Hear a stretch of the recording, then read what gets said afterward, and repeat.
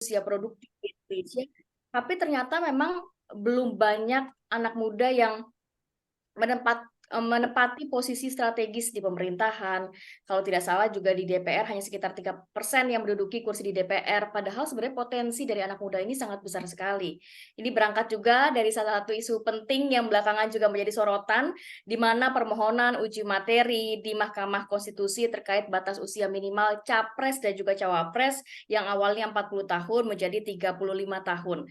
Batasan usia ini sebagai syarat pencalonan presiden dan juga wakil presiden sebenarnya bukan isu konstitusional. Pembatasan usia minimum dan juga maksimum ini memang isu yang lazim diatur secara ketat karena memang kapasitas politikus diukur dari rekam jejaknya. Jadi akibatnya berbagai negara ini menerapkan beragam batasan umur sebagai kapasitas politik dan juga kemampuan berpikir, tapi tidak disamakan dengan kebugaran begitu ya.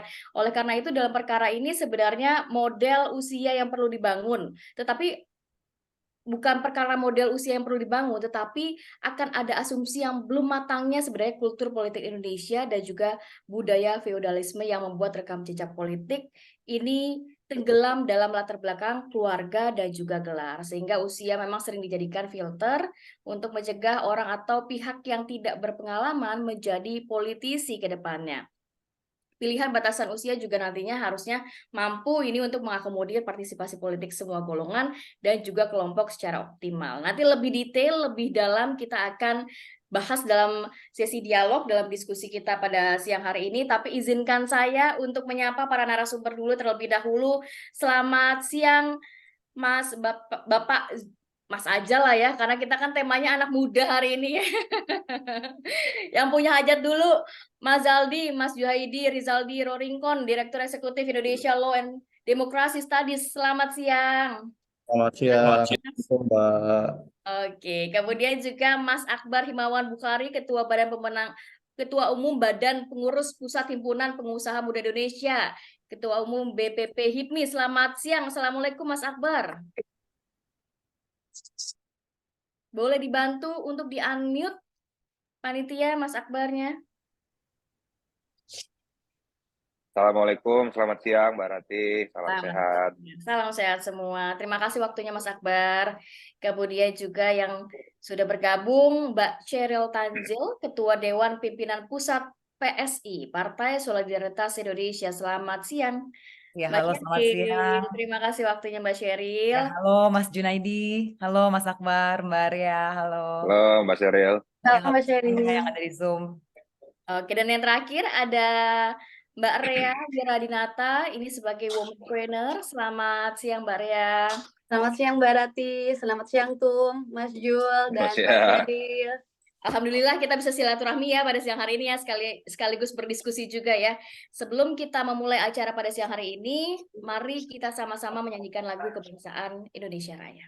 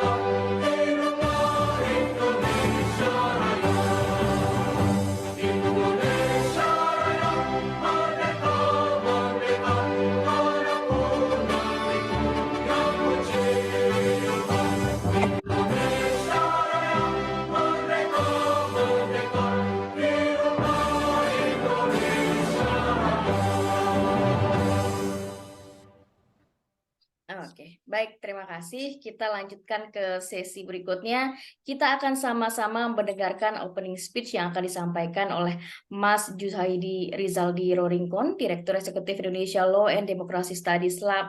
Silakan Mas Zaldi untuk speech-nya. Kami persilakan. Oke, baik. Terima kasih Mbak Rati yang hari ini sangat cantik ya. Beda sama Terima yang kasih. kemarin, Mbak.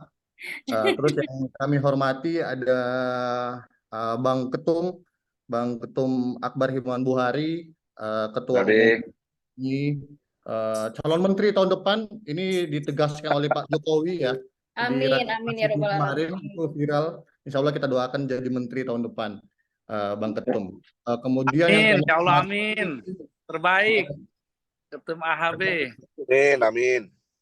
yang kami hormati ada Mbak Sheryl Tansil selaku Ketua DPP Partai Solidaritas Indonesia. Terima kasih Mbak sudah menyempatkan waktu pada siang hari ini. Kemudian yang kami hormati ada Mbak Rea Wiradinata selaku Womanpreneur, anggota HIPMI juga kalau tidak salah Mbak Rea ini ya. Oke, baik Bapak Ibu, Mbak Rati, hadirin sekalian.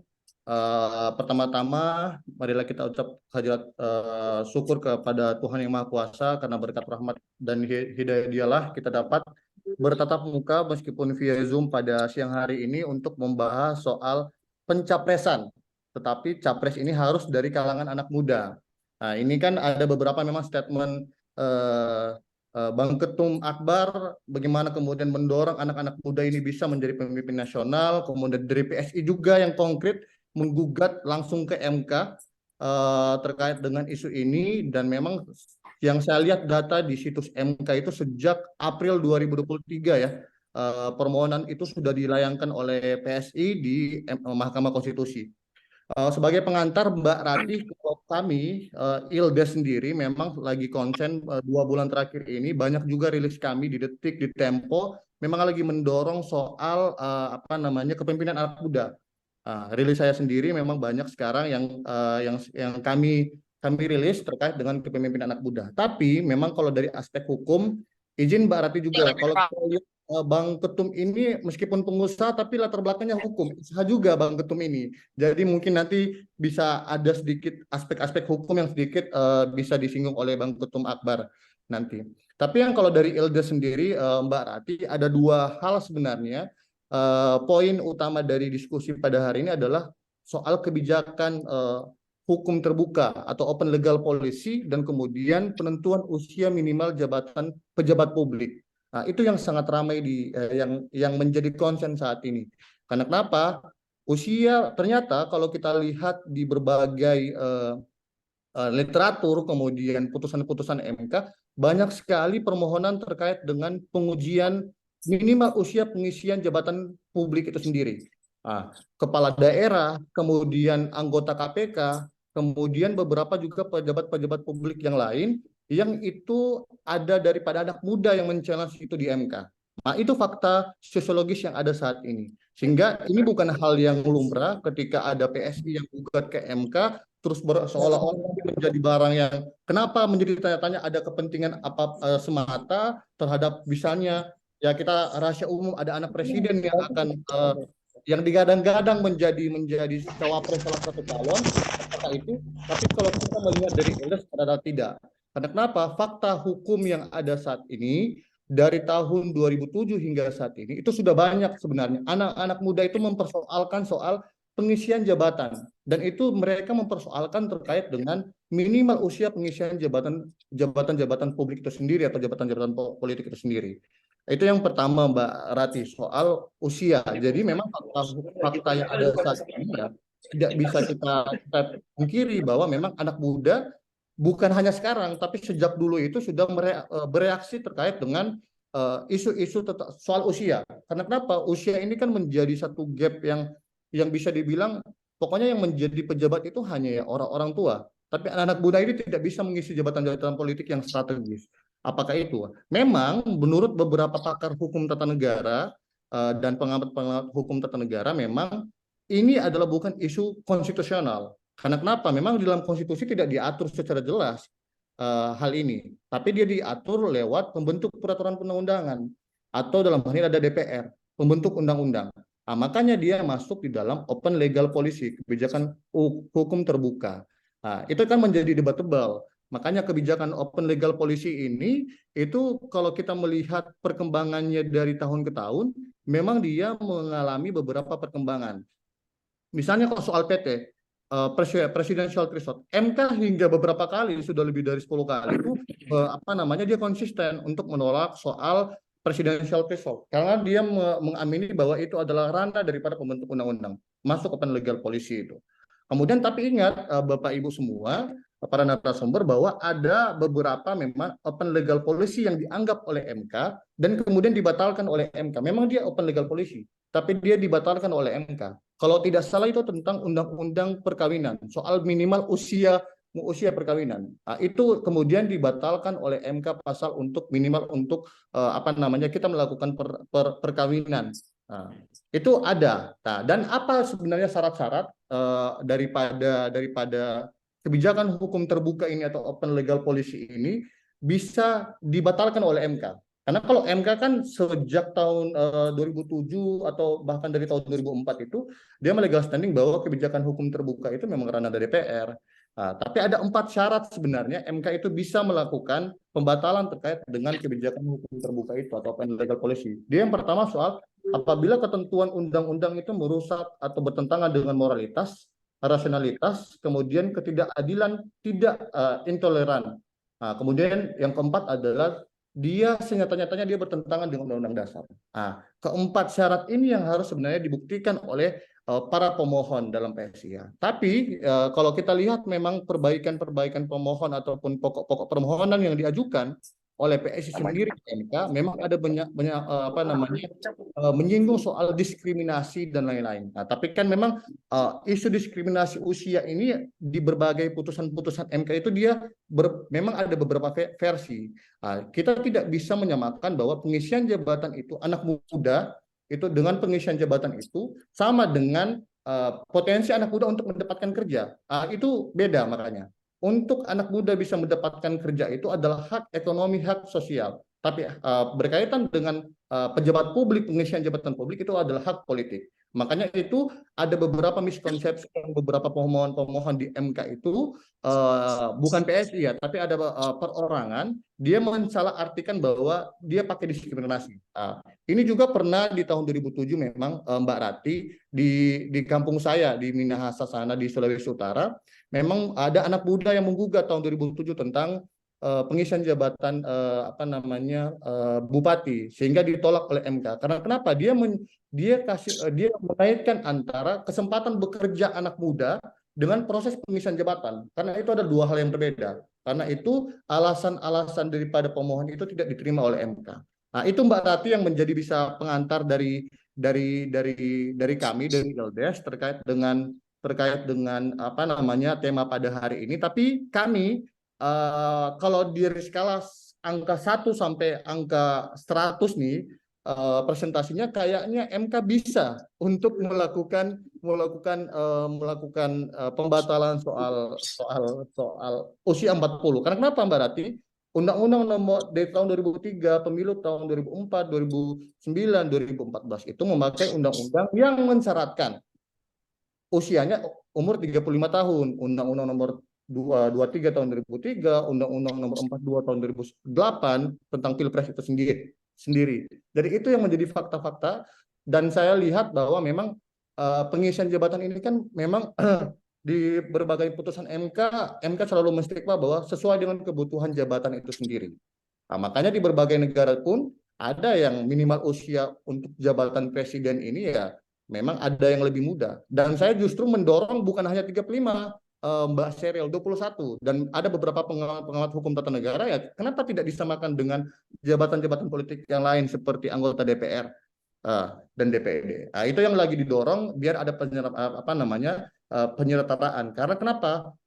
Locus sovereignty-nya atau pemegang berasal kedaulatan itu adalah berasal dari rakyat. Itu dia dipilih, ada proses politik yang terjadi. Harus disaring lewat partai politik, kemudian dia apa namanya diusung menjadi capres, dan tidak mudah kan mendapatkan koalisi Mbak Rati ya, untuk saat ini ya, karena memang proses politiknya sangat panjang. Dan kami dari ILDAS juga agak sedikit mengkritik soal adanya gugatan ke MK ya, soal batasan usia 70 tahun. Nah, itu menjadi concern kita, berarti kok ada yang bisa gugatan itu membatasi hak orang. Nah, itu kita lagi kaji, dan mungkin nanti ada diskusi-diskusi selanjutnya yang akan kita buat, karena memang itu sangat ambigu.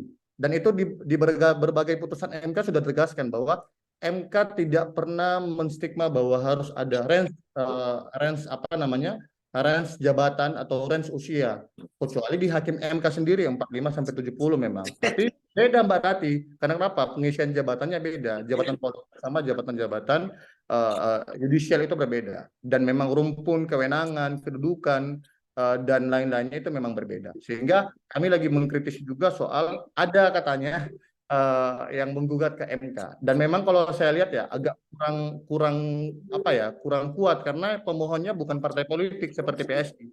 Gitu sih Mbak Rati, sebagai pengantar untuk kandidat capres yang harapan daripada dan lain-lain mungkin akan dibahas oleh Bar, kemudian ada Mbak Sheryl, Mbak Area. Itu Mbak Rati.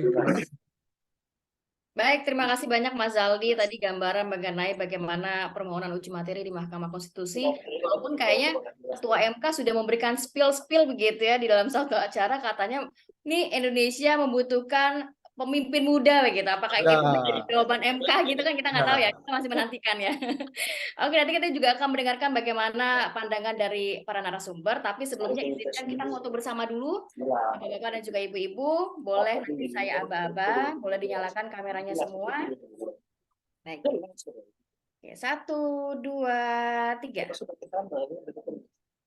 Oke, satu lagi. 1, 2, 3.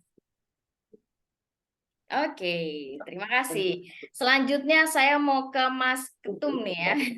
Kalau melihat tadi gambaran, walaupun sama-sama background-nya, sama-sama hukum begitu, tapi kan pasti pandangannya berbeda ya. Berangkat dari isu mengenai permohonan uji materi di Mahkamah Konstitusi, mengenai Capres dan juga Cawapres, kenapa tadi dikatakan Mas Zaldi, kenapa nggak sekalian 21 tahun, disamakan dengan jabatan politik lainnya begitu kan? Tidak dari, mungkin gugatan dari PSI kan dari 40 tahun menjadi 35 tahun. Kalau sedikit juga nanti boleh digambarkan oleh Mas Akbar, bagaimana sih sebenarnya politisi muda, Mas Akbar politisi muda, dan biasanya tadi dikatakan rata-rata alumni HIPMI ini jadi menteri nih, kita doakan bersama ya Pak Akbar ya. Nah, kalau melihat sebagai politisi muda memandang saat ini di tahun politik, bagaimana sih politik saat ini, gejolaknya seperti apa, dan juga potensi terhadap anak muda ini seperti apa? Baik, terima kasih Mbak Rati. Sangat bagus sekali kajian dari Mas Zaldi yang sudah kita dengarkan bersama. Tapi intinya saya mau fokus pada statement kami pada saat Rakernas HIPMI kemarin, bahwa kami bersepakat anak-anak muda ini diberikan ruang yang sama.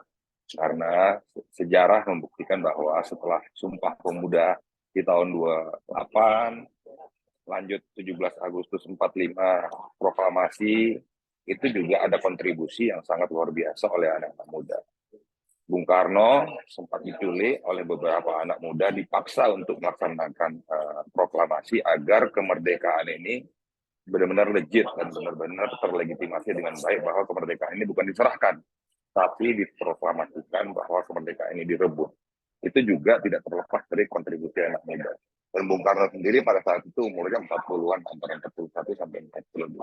Nah, sejarah-sejarah itulah yang membuktikan bahwa kontribusi anak muda bukan hanya sekarang, tapi sejak dulu dalam merebut kemerdekaan, ini sudah berkontribusi aktif. Nah, kalau kita lihat berkaca kepada fenomena hari ini, bahwa kepemimpinan muda di daerah-daerah ini sudah sangat kita lihat hasilnya dengan baik. Bahwa ada beberapa kepala daerah di daerah-daerahnya masing-masing ini dinilai berhasil memimpin sebuah daerah. Apakah tidak kita berikan ruang yang sama apabila teman-teman muda ini mempunyai kapasitas dan kapabilitas untuk memimpin nasional?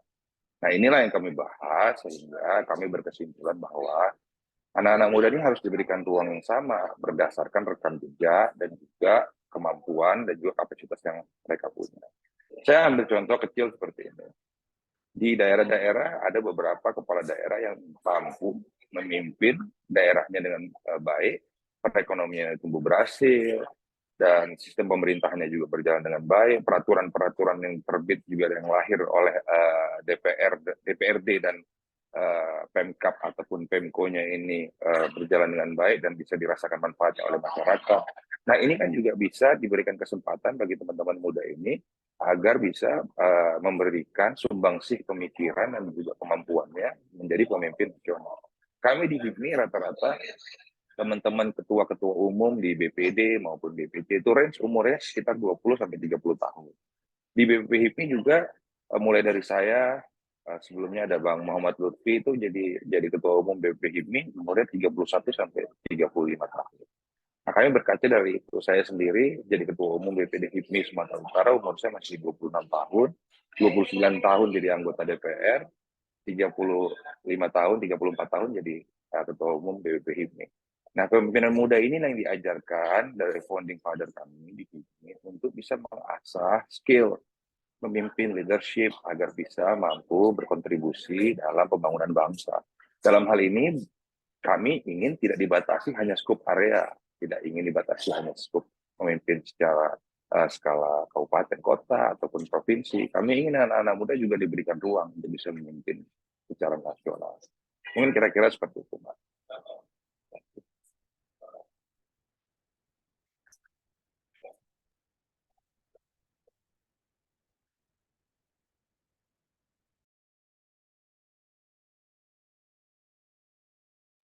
Mbak Rati masih Ya. di mute. Oke. Mas Akbar, tapi kalau melihat sebenarnya berarti cukup besar ya. Tadi dikatakan di berbagai daerah pun banyak posisi strategis begitu ya. Banyak juga pemangku wilayah yang akhirnya ditempati oleh anak-anak muda dan juga berhasil menoreh prestasi di sana. Tapi kalau kita melihat ya tidak menutup kemungkinan nantinya kalau memang MK sudah memutuskan ada anak-anak muda yang ternyata mampu untuk memimpin secara nasional begitu ya Mas Akbar. Tapi ngelihat peluang dan tantangannya anak muda ini untuk memimpin, oke lah sebagai mungkin masuk ke dalam calon legislatif ataupun calon presiden, calon wakil presiden nantinya, ini peluang dan tantangannya Mas Akbar melihatnya seperti apa? Apakah sebenarnya untuk anak muda ini challenge-nya lebih besar lagi? Karena kita tahu bahwa saat ini yang menduduki porsi pemerintahan sendiri kebanyakan memang yang sudah politisi senior gitu Mas Akbar. Halo? Ya, silakan Mas. Ya, kita melihat bahwa fenomena hari ini sekarang sudah mulai bertransformasi karena kami melihat bahwa kita semua sekarang sudah sadar bahwa yang sekarang kita gadang-gadang tentang bonus demografi 2030-2035 yang isinya sebenarnya adalah anak-anak muda. Sekarang juga saya lihat pemerintah juga dengan melihat struktur di kabinet, sekarang ada menteri muda yang bisa mengambil aspirasi dari anak-anak muda. Ini kan salah satu bentuk representasi juga bahwa hari ini pemerintah sadar bahwa ke depan pada saat era bonus demografi yang hari ini sebenarnya sudah mulai, tapi puncaknya pada 2030-2035, ini aspirasi anak-anak muda ini harus ada yang mengakomodir. Siapa yang bisa mengakomodasi seluruh aspirasi anak-anak muda? Ya anak-anak muda itu sendiri. Makanya sebenarnya challenge-nya, tantangannya bahwa merubah paradigma cakrawala berpikir semua teman-teman politisi yang ada di Senayan, atau juga yang sekarang lagi di judicial review di MK, bahwa anak-anak muda ini sendiri yang sangat aspiratif akan kebutuhan tentang anak-anak muda itu sendiri. Mungkin seperti itu, Mbak.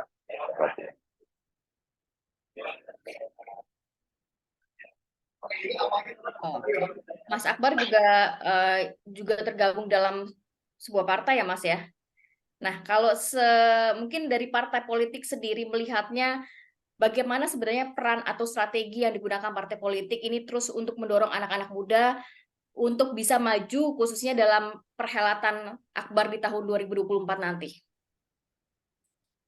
Ya, saya lihat bukan hanya satu partai politik, tapi beberapa partai politik juga sudah memberikan kesempatan yang sama bagi anak-anak muda, karena memang partai politik itu sendiri sadar bahwa market yang ada nanti di 2024 dan 2029 selanjutnya, ini adalah market anak-anak muda atau pemilih pemula. yang memang bisa berkomunikasi aktif dan juga bisa menjadikan menjadi aspiratif bagi anak-anak muda itu sendiri. Makanya partai politik, baik di partai politik yang saya ada di dalamnya maupun di partai politik lain, ini sudah memberikan ruang kepada anak-anak muda agar bisa berkreasi, berinovasi, dan adaptif terhadap perkembangan politik. Di tempat kami sendiri, di partai politik kami, selain alumni HIPMI, Menteri Pemuda dan Olahraga itu adalah dari Partai Golkar. Dan sangat terbuka bahwa hari ini Golkar sudah membuktikan bahwa memberikan kesempatan bagi anak muda menjadi pemimpin nasional dalam skup skala memimpin Kementerian Pemuda dan Olahraga. Hal ini sangat kami apresiasi bahwa ada sebuah pemikiran yang sangat luar biasa untuk bisa menampung aspirasi dari anak-anak muda dan juga program-program yang melibatkan ataupun berpihak kepada anak-anak muda itu sendiri. Nah, saya rasa ini juga disadari oleh seluruh partai politik lainnya yang memberi kesempatan kepada anak muda. Cuman belum diatur seperti keterlibatan perwakilan gender, misalnya perempuan, 30% harus ada keterlibatan perempuan dalam penyusunan calon anggota legislatif. Nah, itu belum diatur. Mungkin ke depan ini bisa diatur agar anak-anak muda ini diberikan ruang, diberikan kesempatan yang sama terhadap dengan senior-senior atau pendahulu-pendahulunya. Seperti itu, Pak. Sebenarnya kalau untuk anak muda sendiri ini concern-nya lebih kemana sih, Mas? Apakah memang kesejahteraan masyarakat kah? Ataukah lapangan pekerjaan kah? Atau memang concern terhadap pembangunan Indonesia ataupun demokrasi di Indonesia? Dari perspektif kami, sebenarnya ketiga-tiganya itu adalah concern anak muda. Tapi kita dihadapkan dengan tantangan ekonomi hari ini. Kenapa? Kan ke depan tantangan ekonomi kita ini adalah tantangan ekonomi digital yang hari ini sebenarnya diisi oleh anak muda yang inovatif dan adaptif terhadap perkembangan zaman. Nah, untuk bisa mengisi ruang-ruang tersebut agar kita bisa mengambil manfaat dari tantangan-tantangan ekonomi ke depan dalam ini ekonomi digital, digitalisasi dan seluruhnya. Ini kita perlu anak-anak muda yang inovatif, yang mampu menjawab tantangan-tantangan tersebut. Concernnya sebenarnya nomor satu adalah di bidang ekonomi, yang kedua adalah kesejahteraan masyarakat, yang selanjutnya untuk bisa membawa bangsa ini jauh lebih baik lagi menjadi negara maju.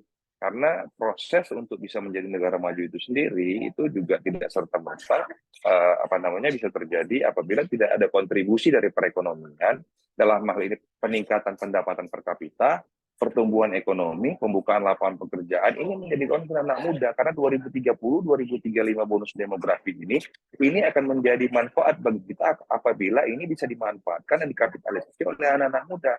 Tapi apabila ini tidak bisa dimanfaatkan, ini akan menjadi beban demografi yang akhirnya akan menjadi backfire menghancurkan kesempatan itu sendiri. Ini yang saya rasa anak-anak muda harus diberikan ruang, harus diberikan tempat untuk bisa memberikan sumbangsi pemikiran aktifnya dalam rangka pembangunan perekonomian bangsa ke depan. Apa yang sebenarnya menjadi hambatan anak-anak muda kita ini untuk mencapai posisi-posisi strategis? Kalau berbicara mengenai based on Capres dan juga Cawapres kan memang ada aturan bakunya begitu kan, 40 tahun yang nantinya rencananya akan diubah menjadi 35 tahun. Nah, apakah memang ada regulasi-regulasi atau kepentok di mana sih sebenarnya anak muda kita nih untuk mencapai posisi strategis, Mas? Ya, saya melihat dari sisi regulasi di batasan usia pemimpin wali kota ataupun bupati 25 tahun. Kalau saya nggak salah ya, Mbak ya. Saya coba ingat ulang. Kalau dalam kapasitas memimpin provinsi 30 tahun, baru kalau memimpin skala nasional presiden dan wakil presiden 40 tahun. Nah, ini yang sebenarnya aturannya tidak serta-merta harusnya diberikan perbedaan antara kabupaten kota, provinsi dan juga nasional. Seperti kami di HIPMI belum tentu juga anak-anak muda yang mampu memimpin di kabupaten kota belum tentu juga jangan di judgement juga tidak mampu memimpin provinsi. Gitu. Dan juga anak-anak muda yang mampu memimpin kabupaten kota jangan di judgement juga nggak mampu memimpin nasional. Nggak bisa disamaratakan seperti itu. Kita semua mempunyai kapasitas masing-masing. Rekam jejak itu sangat penting. Apabila teman-teman muda ini memiliki prestasi, jangan dibatasi dengan usia, tapi berbasis prestasi dan aspirasi dari teman-teman muda itu sendiri. Gitu kira-kira. Oke, kalau ngomongin tahun politik ini nggak afdol rasanya tidak ngomongin sosok-sosok capres dan juga cawapres. Kita tahu bahwa saat ini pendekatan dari masing-masing kandidat pun yang mungkin usianya sudah tidak muda, tapi pendekatan ke masyarakat nampaknya ini lebih ke pendekatan yang cair, yang seperti anak muda begitu ya Mas ya. Kalau berbicara mengenai ya 3 sosok kandidat yang akan maju dalam pilpres menjadi capres sudah jelas lah ya. Kalau yang cawapresnya ini, nah kita masih masih belum pasti yang mana. Tapi kalau berbicara mengenai nama-nama yang masuk dalam bursa cawapres, sedikit mungkin agak ke sini ya, Mas Akbar ya. Ada nama Erick Thohir, Sandiaga Uno, kemudian juga ada nama Gibran Rakabuming Raka, kemudian Ridwan Kamil, kemudian Khofifah Indar Parawansa, Mahfud MD, kemudian juga ada Yusril Iza Mahendra. Nah, kalau dari sisi Mas Akbar nih, melihatnya gimana nih Mas? Sebagai politisi muda, anak muda juga yang mempunyai pandangan pastinya cukup kritis untuk bangsa ini? Ya, nama-nama yang disebutkan tadi semuanya bagus. Saya melihat semuanya mempunyai rekam jejak yang baik, semuanya mempunyai kapasitas untuk memimpin bangsa, dan juga semuanya ini juga mempunyai treatment ataupun pendekatan khusus terhadap anak-anak muda kalau kita mau merepresentasikan sebagai pemilih muda. Tapi ya lagi-lagi kami berpandangan ingin semuanya juga diberikan kesempatan yang sama. Dengan dari nama-nama tersebut, semuanya juga diberikan kesempatan yang sama. Biar masyarakat yang memilih. Tapi apabila dari awal sudah dibatasi, dari awal sudah tidak diberikan ruang untuk mengeksploitasi diri mereka, maka ini menurut kami ada sebuah ketidakadilan bagi anak-anak muda. Oke, terima kasih banyak Mas Akbar. Ini nampaknya sudah ada yang masuk ke kolom chat mau bertanya, tapi tenang ya, nanti dikasih waktunya ya. Saya mau ke Mbak Sheryl dulu, Mbak Sheryl. Kalau kita melihat permohonan uji materi ini kan datang dari PSI begitu ya, permohonan uji materi di MK bersama PSI bersama kader-kadernya, gugatan uji materi Undang-Undang Nomor 7 Tahun 2017, di mana batas usia capres dan juga cawapres ini dari 40 tahun menjadi 35 tahun. Berangkat dari situ, concern PSI pasti sudah terlihat ya. Ini benar-benar untuk mendorong anak muda Indonesia untuk dapat menepati posisi strategis, untuk dapat memberikan kontribusi yang lebih kepada bangsa ini. Kalau melihat juga selain itu, partai politik atau PSI sendiri melihat anak muda dalam pusaran capres dan juga cawapres seperti apa sih Mbak Sheryl? Ya, kita sendiri kan memang dikenal sebagai partai anak muda ya. Dan bahkan ada yang ya ada istilah-istilah seperti sekiannya partai yang lain begitu ya. Dan kita cukup bangga dengan slogan anak muda ini. Dan sebenarnya PSI itu menjadi sangat terkenal namanya ketika kita menjudicial review undang-undang terkait dengan batas usia capres dan cawapres. Nah, sebenarnya ini mungkin saya mau mengedukasi lagi ya. Yang diminta PSI itu bukan suatu hal yang luar biasa sebenarnya, karena sebenarnya sebelum undang-undang tahun 2020, Undang-Undang tahun 2017 ini sebelum dibentuk, sebenarnya sudah ada Undang-Undang Nomor 23 tahun 2003 dan juga Undang-Undang Nomor 42 tahun 2008 yang mengatakan bahwa usia batas capres-cawapres adalah 35 tahun. Lalu tiba-tiba tahun 2017 dimundurkan menjadi 40 tahun. Nah, yang PSI inginkan adalah kita mengembalikan undang-undangnya menjadi batas usia 35 tahun. Karena ketika kita menilik dan menelusuri lagi, alasannya cukup tidak rasional, misalnya mengatakan bahwa di bawah 40 tahun itu labil. Nah, mungkin teman-teman di sini ada yang banyak yang di bawah 40 tahun ya. Apakah merasa dirinya masih labil? Silakan dijawab masing-masing.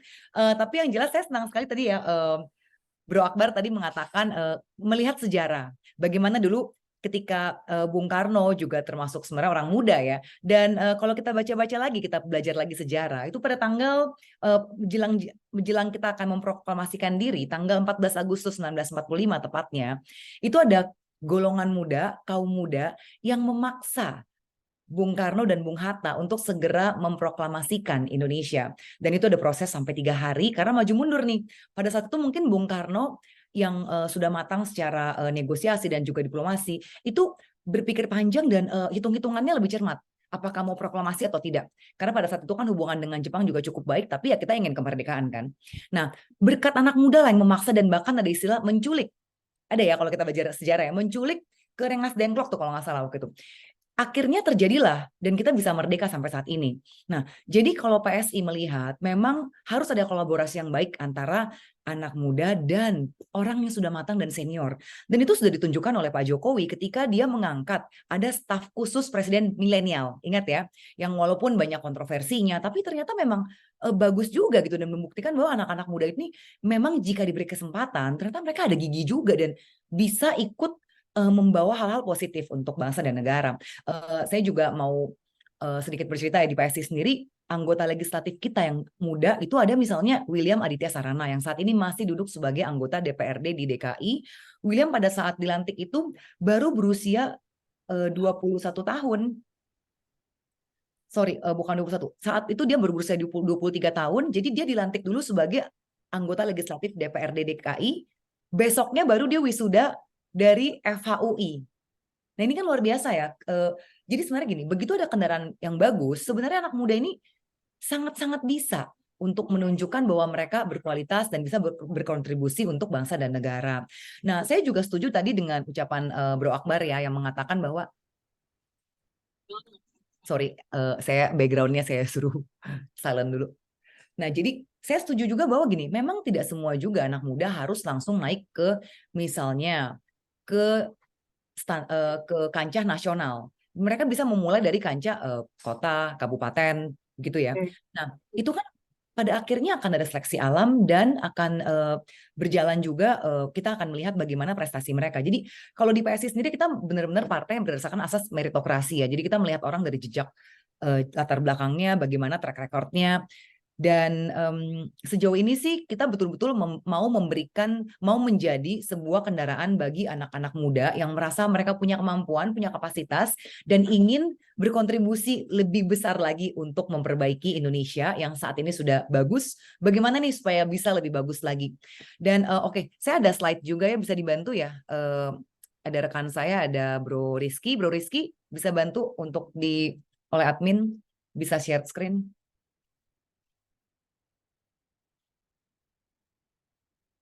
Kita langsung aja ke survei dari berapa besar pemilih.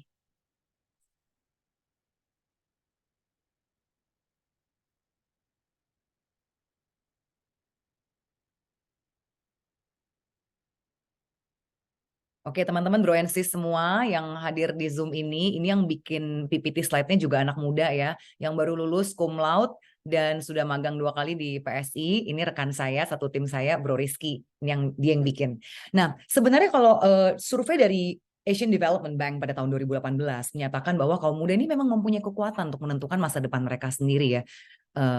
Dan kalau kita bicara misalnya gini, kita selalu bilang dari zaman saya SD nih, dari berapa puluh tahun lalu kita selalu bilang anak muda generasi penerus bangsa. Tapi pertanyaannya apakah kita memberi kesempatan kepada generasi penerus bangsa ini? Nah, kalau untuk pemilu berikutnya, survei menunjukkan ada 52% pemilih muda. Pemilih muda ini ada yang golongan millennials dan juga ada Gen Z ya. Dan selebihnya itu memang masih usia di atas kedua golongan ini. Oke, kita next. Mbak Rati nggak apa-apa ya aku coba ini slide sedikit ya. Kita langsung aja ke contoh-contoh pemimpin muda dunia, Rizky.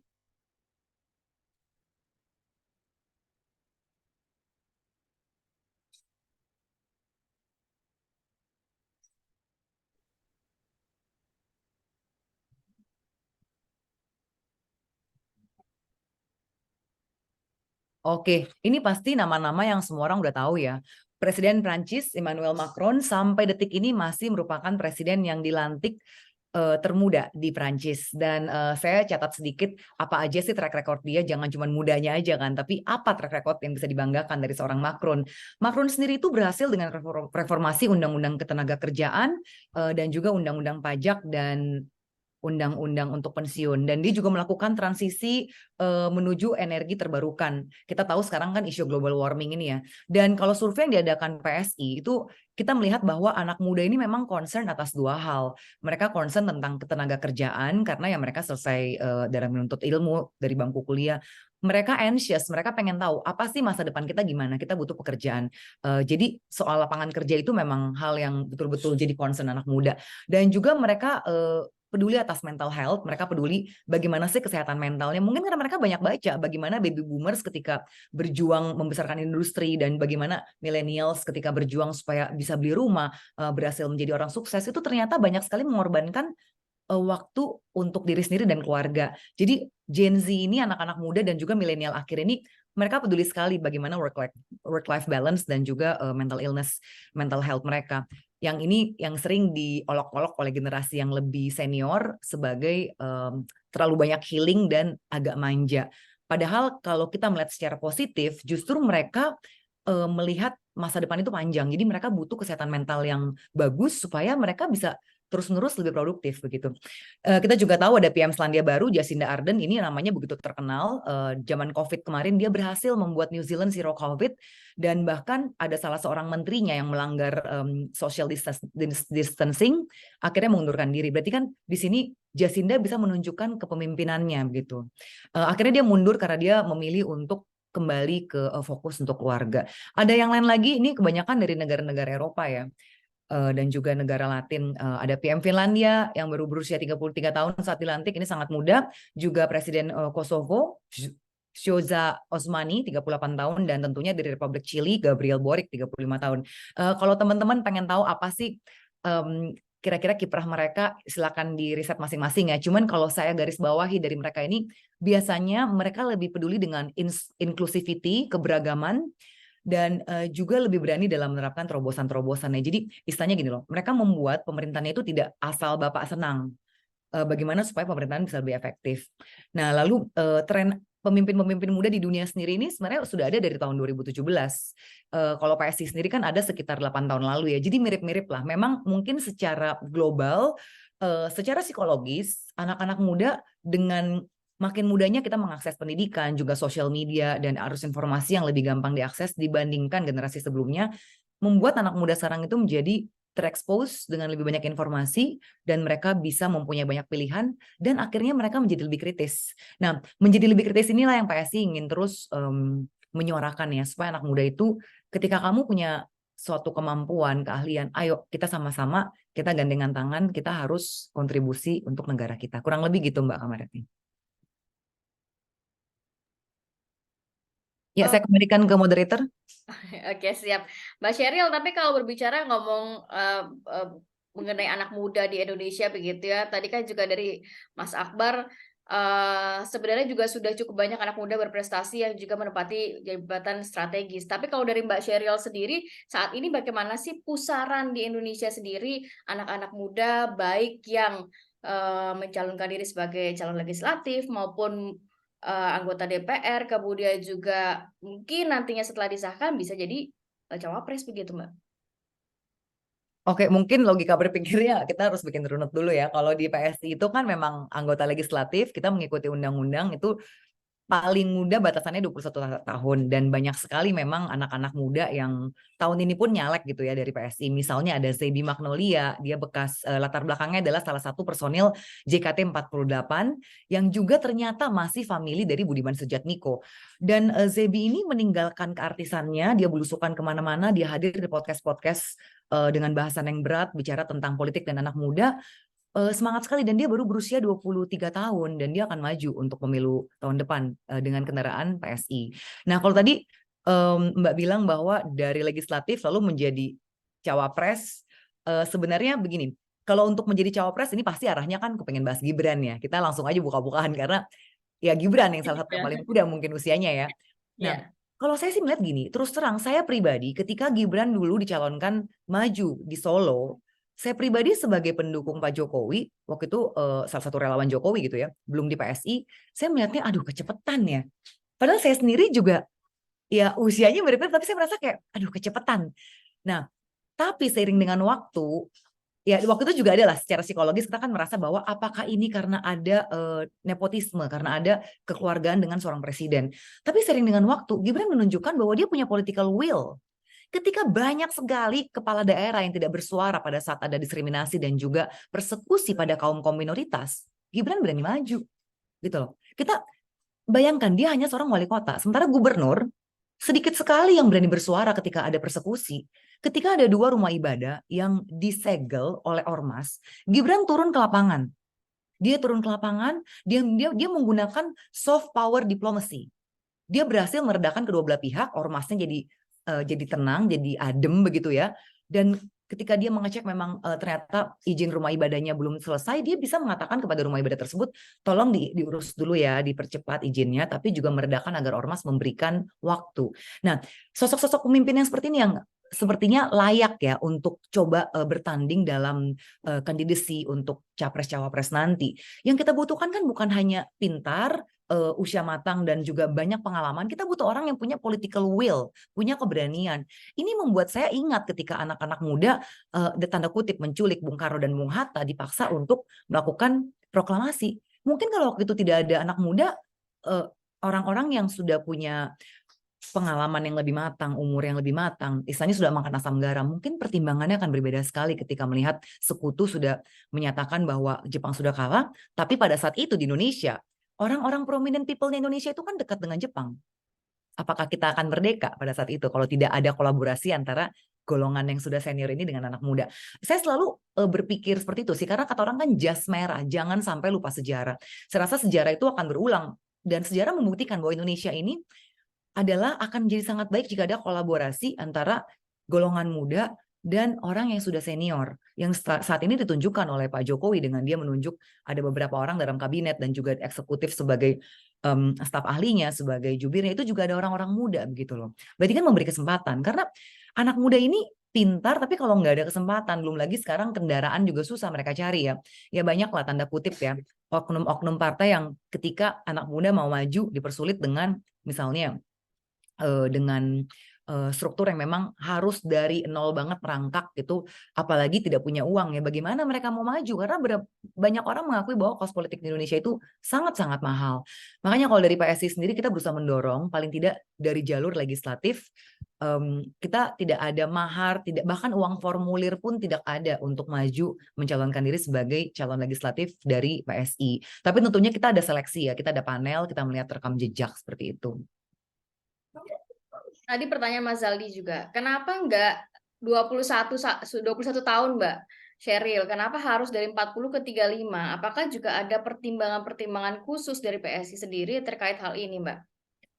Tentunya begini, tadi kan saya sudah jelaskan di awal ya ketika saya berusaha mengedukasi publik bahwa begini, kita tidak berusaha untuk mengubah total sebuah produk undang-undang. Kita hanya ingin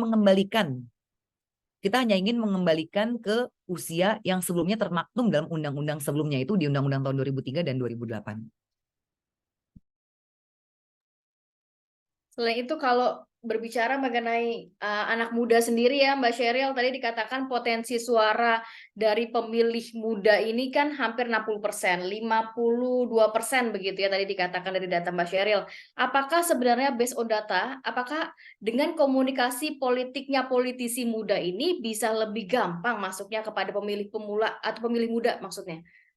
Pemilih muda itu sangat kritis ya Mbak, mereka sangat tech savvy, karena tech savvy-nya mereka sangat mudah untuk riset rekam jejak. Jadi saat ini kita nggak bisa lagi pakai gimmick-gimmick belaka, gimmick-gimmick politik yang mungkin dulu-dulunya berhasil. Anak muda itu mereka suka sesuatu yang sincere, yang lebih tulus, dan mereka bisa lihat mana yang gimmick, mana yang enggak.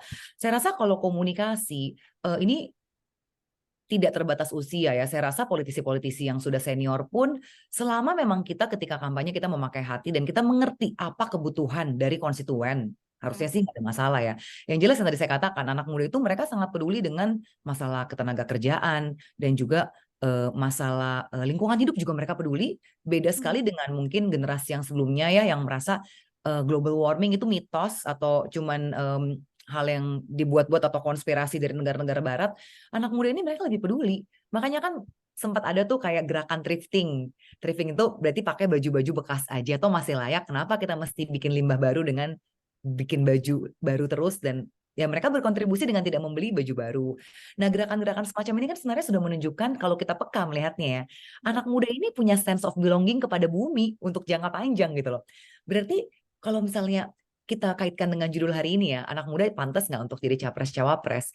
Saya rasa kita paling tidak harus memberikan kesempatan. Jadi biarlah mereka ikut kontestasi ini, pada akhirnya kan rakyat akan melihat ketika mereka berkampanye apakah ada kualitasnya, apakah sudah layak. Dan ini sedikit informasi lagi ya, di Amerika saat ini juga salah seorang GOP President Candidacy dari Republikan itu baru berusia 38 tahun. Ini adalah calon kandidat presiden termuda di Amerika. Dia keturunan India, saya lupa nama lengkapnya, Ramaswamy kalau nggak salah. Dan dia menduduki posisi nomor 4 dalam polling-polling yang saat ini ada di Amerika. Cukup besar ya, mengingat dia keturunan India, bukan white skin, bukan Caucasian, suami istri India. Dia adalah generasi pertama yang orang tuanya imigran, dia adalah generasi pertama yang lahir di Amerika dari keturunan orang tuanya yang India, dan dia berbasis dari background-nya adalah seorang entrepreneur, dan dia juga peduli dengan isu-isu progresif.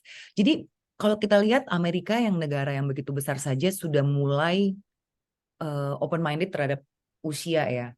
Saya rasa ini akan menjadi tren global ya, termasuk Indonesia pun saat ini sebenarnya kan kita sudah lihat bagaimana Pak Jokowi menggandeng orang-orang muda dalam timnya. Walaupun kita tahu sebenarnya pemerintahan Presiden Joko Widodo ini juga banyak menggandeng anak-anak muda baik di kabinetnya maupun juga staf presiden begitu ya. Tapi kalau Mbak Sheryl, kita melihat kondisi atau saat ini ya untuk DPR sendiri kan kabarnya hanya 3% politisi muda dari kurang lebih 570-an lah anggota DPR RI.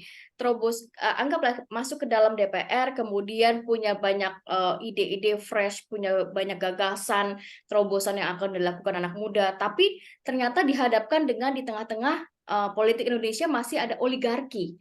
Nah, bagaimana sebenarnya ini dari tanggapan Mbak Sheryl sendiri terkait hal itu? Gimana Mbak, bisa diulangi nggak pertanyaannya? Tolong difokusin pertanyaannya.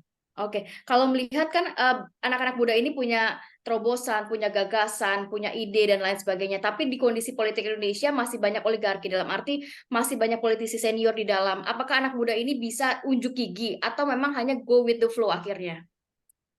Ya itulah makanya saya bilang ya, karena secara konstitusi kita, undang-undang kita kan masih untuk siapapun, personal-personal yang ada di Indonesia kalau mau maju legislatif, mau ya intinya mau berpolitik lah, masuk ke dunia politik itu kan memang kendaraannya lewat partai ya. Jadi memang ya kita sebagai partai politik harus membuka ruang lebih besar lagi untuk anak muda, karena memang nggak gampang juga nyari anak muda gitu loh. Yang berkualitas mungkin skeptis, mungkin dia pikir ya gue bikin startup lah, gue anak muda mendingan gue jualan di TikTok, lebih banyak duitnya, nggak pusing gitu kan, nggak banyak musuh. Atau malah yang maju ke politik mungkin orang-orang yang sebenarnya nggak bagus gitu loh, yang memang aji mumpung, yang punya niat-niat yang tidak terlalu baik untuk bangsa dan negara, hanya ingin memperkaya diri sendiri. Ya hal kayak gitu ada, dan itulah gunanya partai politik.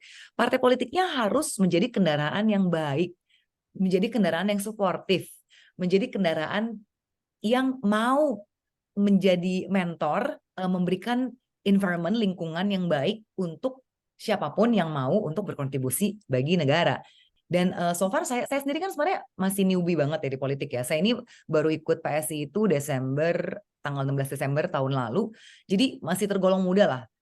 Mungkin Pak Akbar, bahkan mungkin Mas Junaidi nih lebih senior daripada saya dalam hal politik. Background saya adalah wartawan sebelumnya. Jadi banyak bergaul dengan politician, tapi ternyata yang wartawan tahu tuh hanya sangat kecil gitu dibandingkan dengan the real politician knowledge gitu ya. Nah, tapi ketika saya masuk kendaraan yang menurut saya sangat menunjang saya ya, yaitu PSI, saya belajar dengan cepat, saya merasa didukung, saya merasa tidak sendiri, saya merasa nggak frustrasi. Dan apa yang kita perjuangkan ya masuk dengan idealisme saya. Dan saat ini saya lihat juga partai-partai lain juga sudah mulai concern ya, bagaimana mereka mendidik anak muda, mereka juga merangkul, mereka juga berusaha memberikan kesempatan kepada anak muda. Saya harap sih betul-betul seperti itu kondisi internal partai pun, bukan hanya gimmick-gimmick di media massa atau di sosial media untuk menarik suara anak muda atau menarik calon-calon kandidat anak muda untuk masuk ke partainya. Saya harap semua memang menyiapkan betul-betul environment, memberikan ruang lah untuk anak muda untuk ya mereka berkembang, karena kan ya kalau nggak disupport sama-sama nggak mungkin juga bisa langsung jadi. Sementara kita butuh, karena saya percaya banget anak muda itu out of the box. Mereka tuh nggak do business as usual, tapi mereka bisa, sorry ya jam kukuk saya di background. Dan mereka bisa memberikan kontribusi yang banyak sebenarnya kalau misalnya diberikan ruang, saya percaya banget itu. Tapi intinya gini ya, kolaborasi. Jadi saya juga nggak bilang bahwa anak muda aja semuanya. Orang yang udah, sorry nih, baby boomers udah out of date. No, karena sejarah udah membuktikan. Bung Karno, Bung Hatta itu kolaborasi dengan anak muda. Kalau anak mudanya yang jalan sendiri aja, mungkin lain lagi ceritanya Indonesia sekarang. Jadi kita harus ingat banget kolaborasi. Dan itu juga yang ditunjukkan Pak Jokowi, bagaimana dia kolaborasi dan bahkan rekonsiliasi. Begitu. Oke, Mbak Sheryl, tadi aku juga sempat nanya ke Mas Akbar, ya kita tahu lah kalau Partai Golkar kan sudah jelas kemana arahnya begitu ya. Sedikit dong Mbak, di tahun politik PSI akan kemana sih Mbak nantinya Mbak? Kalau PSI saat ini sebenarnya kita ada arahan non-blok. Non-blok dalam arti, toh secara undang-undang kita juga tidak wajib untuk memilih presiden karena kita tidak punya kursi di Senayan ya, di DPR RI. Sementara secara undang-undangnya capres cawapres itu harus didukung minimal 20 kursi dari yang duduk di Senayan. Jadi sebenarnya secara konstitusi PSI tidak punya beban, tapi mungkin memang nih simpatisan kita juga orang-orang yang mendukung PSI, mereka ingin tahu. Nah, saat ini masih sangat cair ya, masih sangat cair. Bahkan yang udah deklarasi koalisi aja masih bisa tiba-tiba pindah. Yang sudah dijanjikan pasti dapat cawapres, tiba-tiba yang temennya ketemuan sendiri, tiba-tiba pilih yang lain gitu. Jadi masih sangat cair dan PSI sih saat ini kita masih melihat, kita mau lihat dulu juga bagaimana cawapresnya.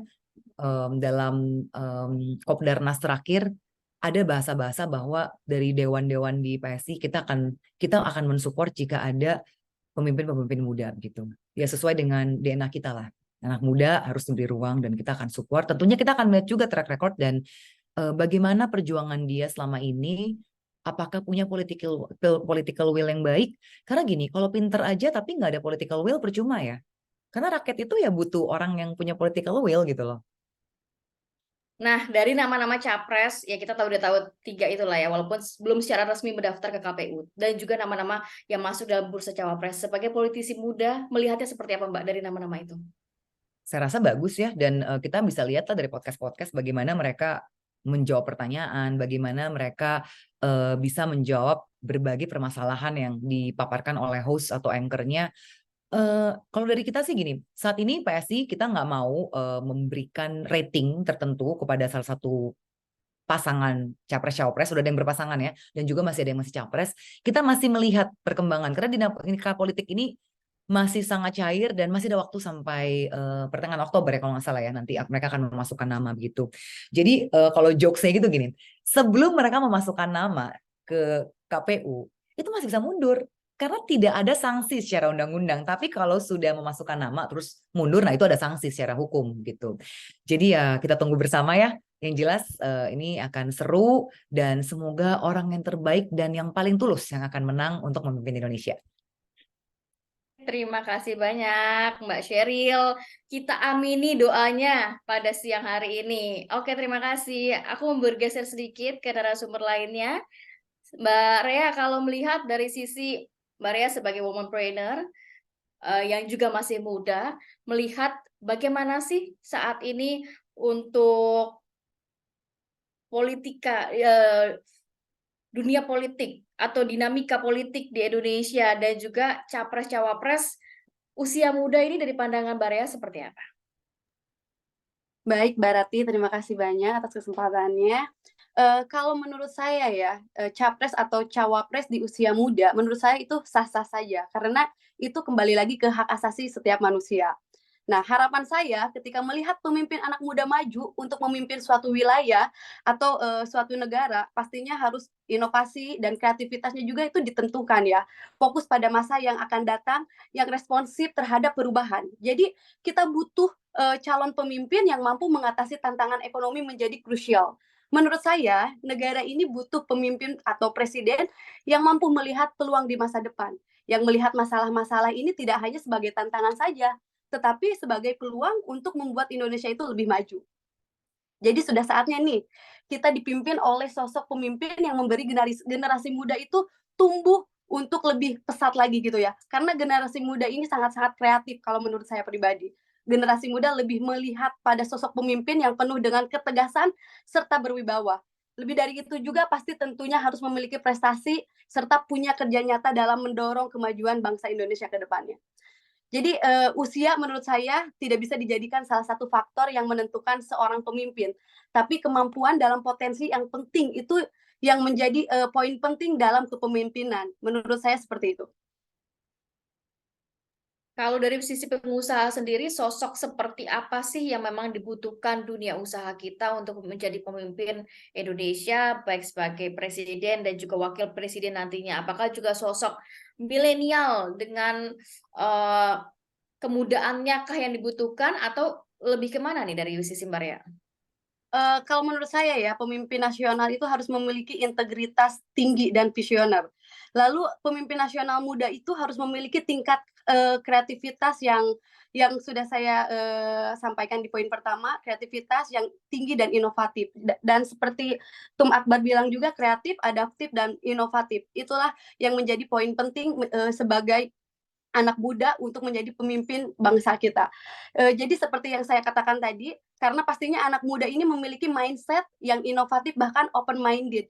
Maka dari itu mampu untuk menangani dan memberikan solusi terhadap permasalahan-permasalahan yang dihadapi. Responsif terhadap perubahan yang sangat penting. Biasanya anak muda itu lebih easy dalam beradaptasi dengan perubahan dan menyesuaikan diri dengan perubahan sosial, ekonomi, maupun lingkungan. Bahwa kita tahu ya, Mbak, dunia ini sekarang memasuki era 4.0. Jadi bukan masanya lagi untuk kalangan yang tua-tua yang terus mendominasi gitu kan. Jadi kalangan tua itu sebaiknya sebatas memberi dukungan moral kepada anak-anak muda, seperti yang Mbak Sheryl tadi sampaikan juga, adanya kolaborasi antara anak muda dengan senior-senior gitu kan. Jadi masukan bagi cawapres dan capres, saya sebagai pengusaha muda yang ingin menggait atau memilih menggait anak-anak muda dan pengusaha muda, ada beberapa catatan penting yang harus di-concern gitu kan. Pada Pilpres 2024 nanti, yang pertama, kalau menurut saya pribadi, yaitu masalah kedaulatan pangan. Ini menjadi sangat penting karena menyangkut hajat hidup orang banyak dan menyangkut ketahanan suatu negara. Jadi siapapun pemenang di Pilpres nanti sebaiknya mempertimbangkan betul nih masalah kedaulatan pangan. Karena di Indonesia ini saat ini cuma punya 2 provinsi yang diandalkan menjadi lumbung beras. Yang pertama Sumatera Barat dan Sulawesi Selatan. Dan kita tahu juga padahal zaman Soeharto itu bahwa Indonesia itu sanggup memenuhi kebutuhan nasional kita, bahkan sampai swasembada beras ya. Kayak Cianjur, Jawa Barat itu pun termasuk hasil nilai pertaniannya itu bagus sekali. Tetapi sayang sekali petani kita ini banyak yang menangis karena tidak bisa berharap banyak dari sektor pertaniannya, bibit, pupuk, alat pertanian, dan bahkan hasil panen yang sangat jauh dari harapan para petani. Jadi kami sebagai anak muda berharap program food estate ini dapat terwujud kembali gitu di kemudian hari. Dan selain itu mungkin saya sebagai perempuan ya, ketika memang ada capres atau cawapres muda, tolong nanti sangat diperhatikan tentang undang-undang TPKS ya, tindak pelecehan tindak pidana kasus pelecehan seksual itu kan. Jadi pemerintah kan udah membuat perundang-undangan, yakni undang-undang TPKS. Hal ini harus mesti kita kawal dan harus mesti kita lihat secara utuh bahwasanya undang-undang ini betul-betul pro terhadap kebijakan kekerasan seksual. Kekerasan seksual ini kan masih menjadi momok yang sangat besar ya, terutama bagi perempuan-perempuan yang ada di kota besar, di kota-kota urban.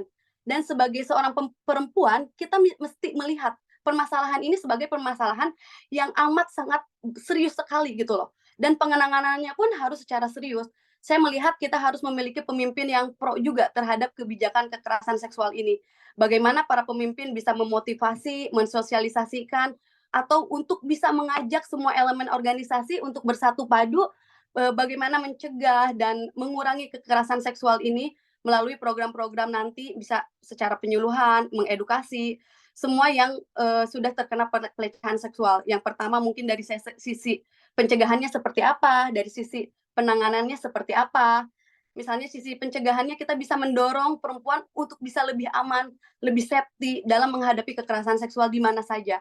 Karena sometimes kekerasan seksual ini tidak hanya terjadi di tempat-tempat tertutup gitu kan, bisa di lingkungan yang terbuka juga gitu, seperti di transportasi publik, di kantor, di sekolah, dan ini juga harus menjadi concern kita, bagaimana kita harus bisa mampu menyadarkan bahwasanya kekerasan seksual ini adalah sesuatu yang harus kita tindak dan harus kita lawan.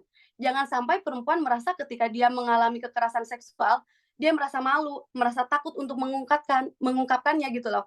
Jadi jangan sampai itu terjadi. Kita harus bisa berani mengungkapkan, dan pemimpin yang nantinya terpilih siapapun itu harus bisa merangkul dan harus bisa mengayomi orang-orang yang sudah mengalami kekerasan seksual itu sendiri.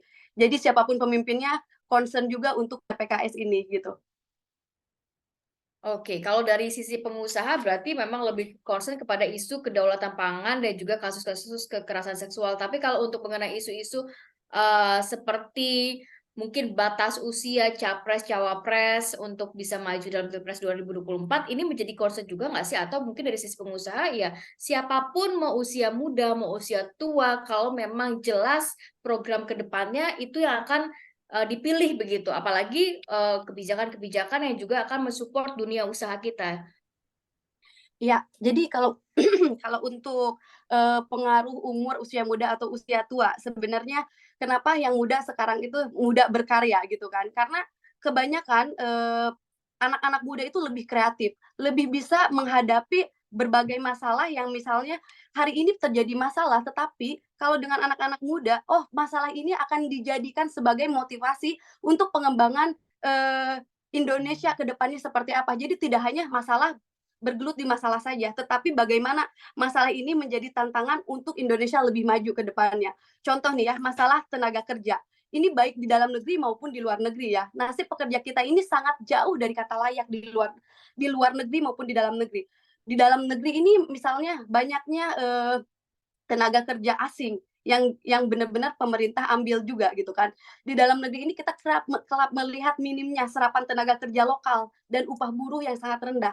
Apalagi isu-isu tenaga kerja asing itu sometimes menyerobot urusan-urusan dapur para pekerja lokal ya, karena mereka merasa skill mereka ini lebih rendah dibanding para pekerja asing gitu kan, atau bisa sama rata skillnya gitu. Jadi di sini juga kita harus sedikit punya concern, pemerintah punya concern kepada tenaga kerja di Indonesia gitu.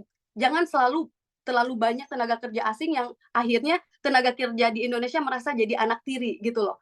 Jadi itu pertama di tenaga kerja. Terus yang tenaga kerja yang keluar negeri dari Indonesia itu pun banyak sekali yang terjadi kekerasan seksual juga di sana di luar negeri gitu loh. Itu pun kita harus mulai concern juga untuk untuk lebih dijaga gitu para TKI kita yang kerja di sana, karena sedikit banyak TKI kita itu sudah memberikan pendapatan yang luar biasa juga untuk pemerintahan Indonesia gitu. Terus selanjutnya masalah kepemilikan lahan dan pemukiman. Kalau dalam catatan saya ya, ada beberapa hal serius nih berkaitan dengan konflik agraria. Pertama, perebutan lahan dan pemukiman yang disulap menjadi kawasan industri. Itu seperti yang telah dilakukan oleh Presiden Jokowi selama ini dengan membagi-bagi sertifikat kepada warga, sertifikat tanah itu kan. Ini sebaiknya kita juga ikuti langkah-langkah Presiden Jokowi ini. Siapapun nanti cawapres atau capres yang terpilih, ini diikuti langkahnya. Bahkan jauh lebih baik dengan memberikan perlindungan hukum apabila terjadi kasus sengketa tanah dan lahan. Kalau kita ingat dalam kurun beberapa tahun ini ya, banyak terjadi konflik agraria, penyerobotan lahan dan pemukiman seperti kasus Seruyan di Kalimantan Tengah ya. Terus Bengkayang di Kalimantan Barat, dan yang terbaru ini kemarin saya lewat di Batam ya, di Kepulauan Rempang dan Kepulauan Galang di Kepulauan Riau tersebut, kemarin ini terjadi kerusuhan gitu loh, dan itu pun banyak korban-korban termasuk anak kecil gitu kan. Jadi siapapun presiden yang terpilih nanti ke depannya, menurut saya tolong perhatikan dan lakukan perbaikan yang sungguh-sungguh, dalam artian lebih berpihak kepada rakyatnya dibanding kepentingan investasi asing. Ya hemat saya gini ya, lebih baik maksimalkan potensi di dalam negeri gitu untuk membangun sektor industri dengan melibatkan pengusaha-pengusaha lokal, atau kalaupun investor asing, pilihlah investor yang tak punya tendensi apapun untuk mencampuri kebijakan nasional. Contohnya ya negara Arab, Eropa, itu menurut saya yang tidak ada tendensi untuk mencampuri urusan di negara Indonesia gitu. Mbak Rea, seperti judul diskusi kita, waktunya anak muda berkiprah. Kalau menurut Mbak Rea sebagai pengusaha muda pastinya, melihat di Indonesia ini sudah cukup belum sih beri ruang untuk anak muda, baik dari dunia usaha, kemudian juga mungkin Mbak Rea melihat mencermati dari dunia politik dan lain sebagainya untuk anak muda kita berkembang terusnya. Menurut saya tidak dibilang cukup ya, karena sometimes anak-anak muda yang kreatif itu yang sering disorot itu adalah anak-anak muda yang di kota-kota besar. Kita harus melihat juga peluang anak-anak muda di pelosok-pelosok di kota-kota terpencil. Di situ tuh banyak anak-anak muda yang kreatif, tapi tidak terlihat oleh media sosial, tidak terlihat oleh pemerintah karena aksesnya jauh. Padahal mereka tuh lebih kreatif, lebih pintar, misalnya seperti itu. Jadi belum merata menurut saya. Jadi gara-gara masalah ekonomi kerakyatan nih, ini seringkali digunakan oleh pemerintah ya. Misalnya kalangan muda ini menilai masih sangat jauh dari kata sempurna ya Mbak ya. Salah satunya contoh adalah e-commerce. Sejak pemerintah membuka seluas-luasnya keran e-commerce, banyak pedagang-pedagang kecil dan kaki lima menjerit. Dagangan mereka sepi, roda ekonomi mereka tidak berputar, ditambah lagi kemarin itu kita mengalami COVID yang luar biasa. Jadi untuk anak-anak muda yang di sini pun harus mulai membangun kembali roda perekonomian biar terus berputar kembali gitu loh. Dan pedagang-pedagang kaki lima seperti di Tanah Abang gitu kan, di pasar itu tuh banyak mengeluh. Jadi kami menilai pemerintah nantinya perlu mengkaji kembali aturan main atau bahkan perlu membatasi jumlah e-commerce yang beroperasi di Indonesia. Tolong dorong kembali pasar-pasar tradisional, pedagang kaki lima agar ekonomi rakyat benar-benar pulih. Saya yakin nih pemerintah akan kembali mendapatkan kepercayaan masyarakat. Karena ya contoh ya program UMKM dan kemudahan dalam berusaha itu seperti pendanaan dari bank itu pun diperlukan oleh UMKM di Indonesia. Seperti itu, Mbak. Oke, terima kasih banyak Mbak Rea. Ini kita mendengarkan insight dari dunia usaha terhadap yang nantinya mungkin akan juga memenangkan kontestasi Pilpres 2024 begitu ya. Oke, langsung nampaknya sudah banyak pertanyaan yang masuk di kolom chat. Saya baca satu persatu. Ini dari Mas Kamal T. Izin bertanya untuk para narasumber. Yang pertama, pertanyaannya saat ini semua partai sedang kebingungan dan juga merombak ulang semua karena cawapres yang lebih seksi dari berita di publik. Akhirnya isu umur pun dimainkan agar dapat menjadi dan juga mencari bursa cawapres. Yang kita lihat banyak nama-nama bermunculan. Kemudian bagaimana pesan dan juga narasumber ini terkait capres dan juga cawapres ini. Dan Bang Yusril pun menyuarakan ini tanggapan dari narasumber bagaimana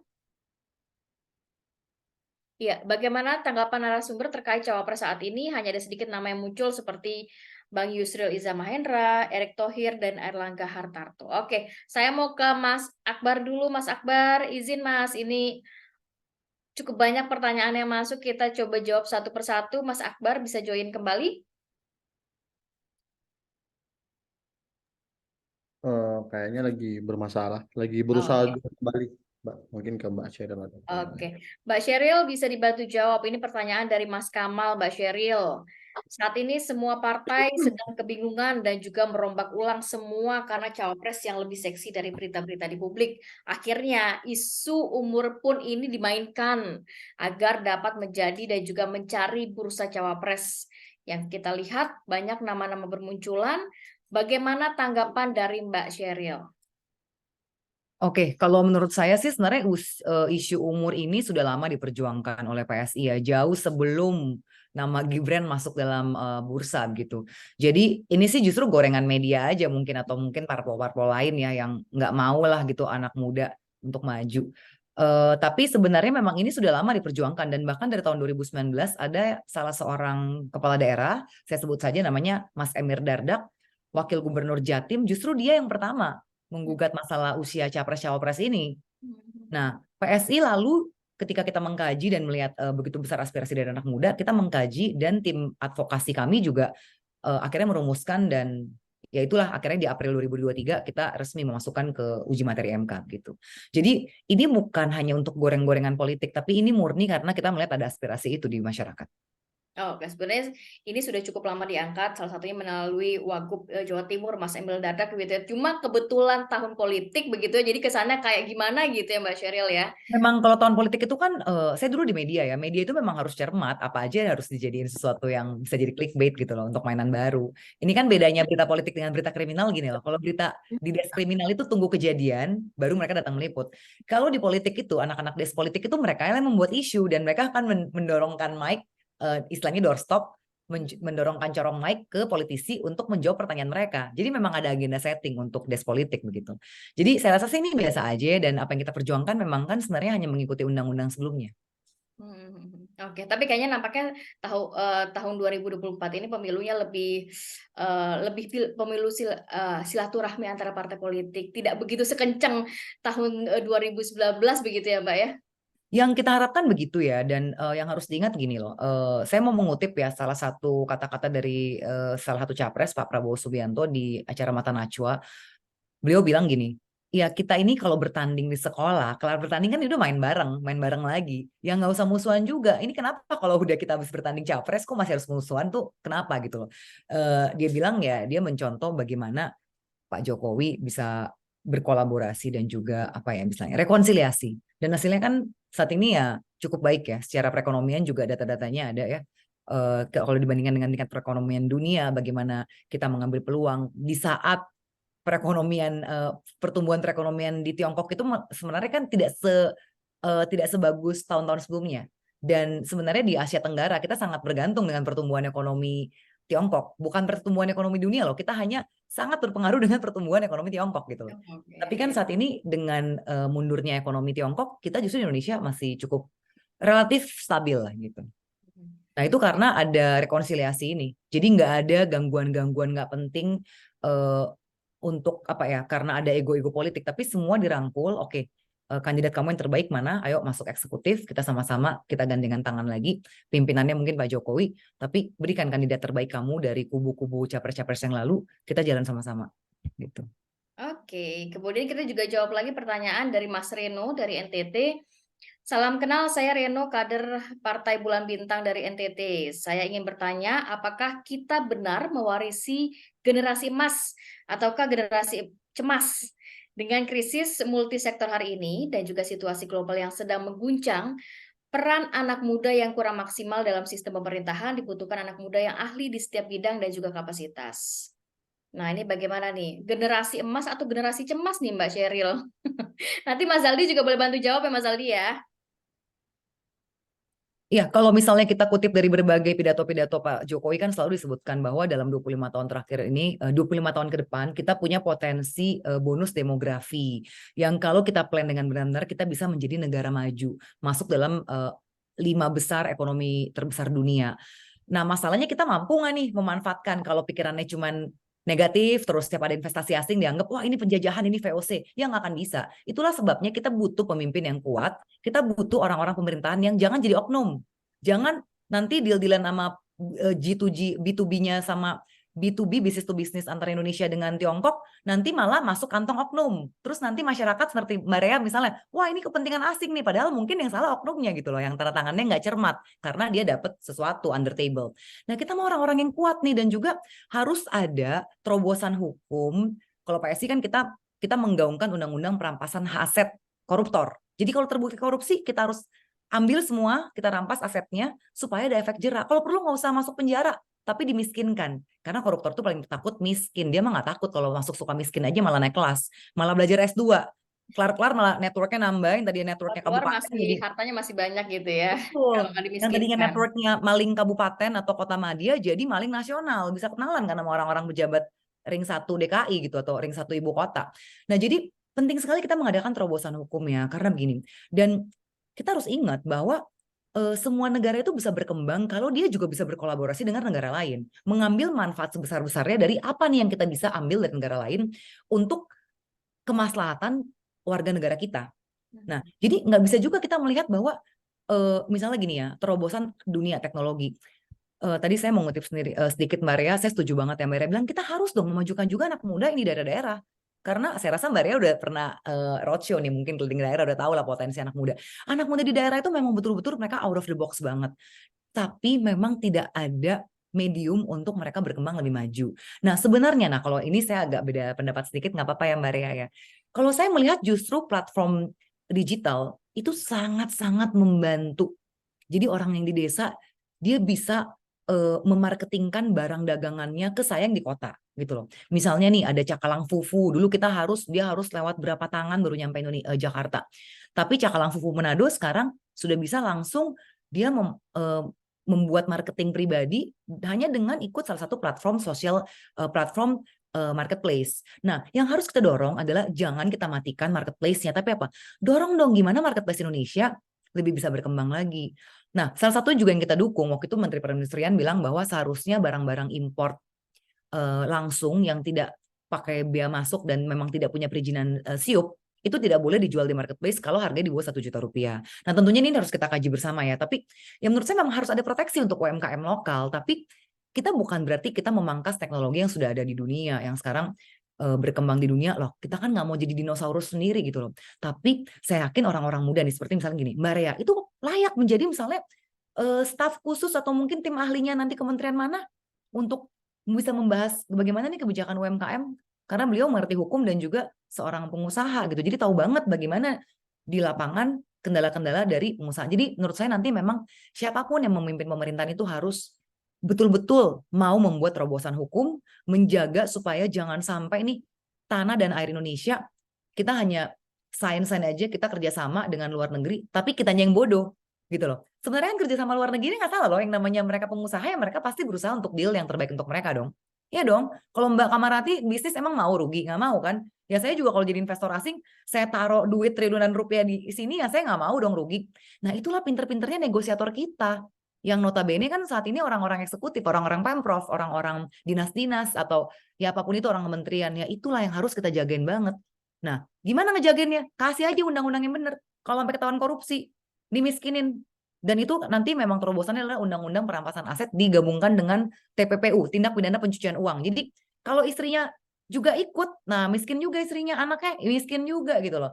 Karena kan itu biasa mengalir kemana-mana kan duitnya. Istri pertama, istri kedua, ketiga katanya sampai London beli apartemen mewah. Yang kemarin ya kasus, wah ini lu udah ketawa nih Pak Mas Juhaidi. Yang kemarin ya kasus ya banyak lah yang main robot trading, yang main ya bisnis emas, apalah segala macam. Itu kan katanya disalurinnya ke luar negeri semua kan, nama istri kedua, ketiga gitu. Itu harus dikejar juga TPPU. Tapi memang saat ini sangat susah menerapkan terobosan ini. Karena TPPU juga ketika di sidang PKPU jadinya ntar penyitaannya nggak bisa nggak ada kekuatan hukum gitu. Nanti orangnya pura-pura bangkrut ya seperti itulah. Saya rasa kalau kita terobosan hukumnya bagus, kita bisa mencegah korupsi. Orang yang tanda tangan untuk investasi asing kan juga nggak akan main-main ya Mbak Rea ya. Nah mungkin Mbak Rea juga bisa ngasih masukan nih, karena menurut saya ya itu yang harusnya jadi gawang untuk ngejagain potensi Indonesia, itu maling semua. Itu yang saya sebel banget tuh. Itu yang katanya londo ireng tuh zaman kita penjajahan dulu, londo ireng. Bagaimana bisa orang asing datang, Belanda datang, jumlahnya berapa banyak sih? Kok bisa menjajah kita katanya sampai berabad-abad? Ya pasti kan ada pengkhianat-pengkhianat bangsa yang ngejualin rakyatnya ke Belanda gitu loh. Jangan sampai di dunia modern sekarang ada lagi. Nah, saya juga suka ya dengan kekuatan netizen ya. Netizen itu sekarang kalau ada pungli, ada apa, mereka langsung lapor. Dan ya jadinya adalah orang-orang kayak Rafael Alun gitu ya, dari anaknya yang main hakim sendiri akhirnya terbongkar lah. Ternyata dari tahun 2012 PPATK tuh sudah memberi warning kepada Kejaksaan dan KPK bahwa ada yang namanya Rafael Alun yang nggak benar, dia punya aliran uang itu nggak masuk akal untuk jabatan dia seperti itu dan gajinya sebegitu. Tapi kan tidak diurus gitu loh. Nah sekarang akhirnya karena kekuatan netizen, thanks to netizen, anaknya bikin salah, diungkit-ungkit lah semua sampai akhirnya bapaknya masuk KPK. Tapi masa sih kita mau menyerahkan hukum kepada netizen semuanya? Lah apa gunanya yudikatif kita? Nah kurang lebih begitu sih kalau pendapat saya. Baik, setuju Mbak. Semoga nantinya juga dapat efek jerah ya untuk para koruptor di Indonesia dengan perampasan aset dan juga TPPU pastinya ke depannya. Oke Mbak Rea, tadi tanggapin sedikit pernyataan dari Mbak Sheryl dan juga tanggapi sedikit pertanyaan, apakah memang ini generasi emas atau generasi cemas sih Mbak? Kalau menurut saya harusnya generasi emas dong. Sekarang yang muda, mari kita maju gitu untuk membangkitkan perekonomian Indonesia untuk lebih baik lagi gitu loh. Karena kita tidak pungkiri anak-anak muda ini sekarang tuh kreatif, inovatif, dan anak-anak muda ini tidak kalah dengan senior-senior yang memang udah jauh lebih lama di dunia politik gitu ya Mbak ya. Oke, Mas Zaldi. Nah, boleh ditanggapi. Tadi juga ada pertanyaan yang pertama ini dari Mas Kamal terkait ini isu-isu usia capres cawapres ini kayaknya dimainkan begitu ya, karena pada bingung nih partai politik mau pilih siapa nih untuk jadi cawapresnya. Mas Zaldi boleh tanggapi dulu. Terus kedua, boleh ditanggapi juga ini generasi emas atau cemas nih, Mas? Monggo. Oke Mbak, gini Mbak, kalau dari aku sebenarnya kembali ke topik atau tema ya. Sebenarnya untuk kalau misalnya ada kayak Mas Kamal tadi ya tanya soal ada riak-riak mungkin atau sehingga harus ada muncul usia dan lain-lain ya, sekali lagi memang anak muda ya secara keseluruhan secara umum kan sudah digambarkan oleh Bang Ketum Akbar tadi sama Mbak Sheryl dan Mbak Rea. Tapi secara fakta yang ada sesuai dengan atau relevan dengan topik ini memang anak muda ini selalu bereaksi dengan isu soal minimal usia pengisian jabatan-jabatan publik. Dan itu bukan hanya sekarang, tapi sudah dari tahun 2010 ke bawah sudah ada itu. Ya, itu yang pertama. Baru yang kedua, isu soal usia ini sekali lagi itu memang bukan isu konstitusional. Nah, itu memang ya, sehingga ada pihak terkait kalau tidak salah ya di sidangnya partainya Mbak Sheryl itu kan ada Perludem dan beberapa organisasi yang lain ya. Mereka apa namanya menyatakan bahwa memang isu ini bukan isu konstitusional, tapi memang dia peluang untuk bisa MK kedepannya bisa memberikan pembatasan-pembatasan yang jelas terkait dengan isu ini. Makanya kan di dalam sidang kan Hakim Saldi Isra bilang, kenapa pemohon tidak langsung kasih ke bawah umurnya 21 tahun. Nanti ketika ada nanti umur 30 yang berpotensi menjadi pemimpin bangsa, digugat lagi ke MK. Jadi nanti seakan-akan MK ini menjadi apa namanya ya? Menjadi jalan terakhir. Memang MK jalan terakhir, tapi sesuai dengan kewenangan daripada Mahkamah Konstitusi sendiri. Memang MK itu the final of interpreter of konstitusi. Dia final itu ya kan, lembaga final untuk menginterpretasikan konstitusi. Nah, kita semua kan bisa menginterpretasikan bahwa memang versi daripada partainya Mbak Sheryl bahwa memang harus ada begini. Baru dari partai lain juga bisa, dari kalangan pemuda juga bisa. Tapi sekarang status quo yang sekarang itu kan mengatakan bahwa memang usianya 40 tahun. Nah, sekarang permasalahan kenapa itu ada permohonan 35 tahun karena memang legal standing daripada PS itu sendiri yang pertama ingin mengembalikan dari 40 ke 35 karena sudah 2 undang-undang dan 2 pemilu ke belakang ini kan memang dia legal standingnya atau batas umurnya 35. Ada kenapa ini rasio legisnya 35 ke 40? Nah, itu yang menjadi apa namanya satu konsen bagi teman-teman Mbak Sheryl, Bro NSIS di partai PSI ya kan untuk bisa menggugat dan memang saya melihat perbaikan apa namanya permohonan PSI ini cukup kuat ya. Kalau dari saya sebagai apa namanya yang konsen terkait dengan putusan-putusan MK ya, insya Allah saya di atas 50% kayaknya. Kalau saya yakini bahwa memang akan diterima dan mungkin akan menjadi konstitusional bersyarat. Ingat Mbak Rati, ini kan MK sebenarnya kan dia hanya 3 putusan MK ditolak, tidak diterima, dikabulkan. Nah, tapi kan ada opsi 1 konstitusional bersyarat. Nah, apakah MK akan menjadikan ini sebagai konstitusional bersyarat? MK akan membatalkan member 340, tapi dia akan membentuk norma baru. Nah, pembentukan norma baru itu memang tidak bisa di MK, tapi memang beberapa praktek-praktek putusan MK itu ada soal hal itu. Undang-undang pernikahan dan undang-undang tentang apa KUHA peradilan yang penetapan tersangka tidak bisa tapi MK putuskan penetapan peradilan menjadi objek peradilan. Nah, itu kan menjadi satu gambaran bahwa MK juga saat ini tidak menutup mata dengan fakta-fakta yang ada di lapangan. Itu yang pertama. Baru yang kedua soal pertanyaan yang kedua Mbak Rati, apakah generasi cemas atau generasi emas? Iya dong. tidak mungkin kita berbicara hari ini bahwa generasi kita ini apa namanya tidak menjadi pertimbangan oleh halayak umum kan. Makanya kan mungkin langsung saja memang seluruh survei yang saya baca memang kan ada satu tokoh yang digadang-gadang anak muda yang menjadi apa namanya training center dalam isu ini, yaitu adalah Mas Gibran Rakabuming Raka. Nah, itu memang kan dia mempunyai track record-nya jelas, kemudian mempunyai visi ke depan yang apa namanya yang mumpuni. Nah, tapi kendalanya soal partai politik. Partai politiknya adalah PDI Perjuangan. Apakah nanti kan Mas Gibran kan selalu mengelak.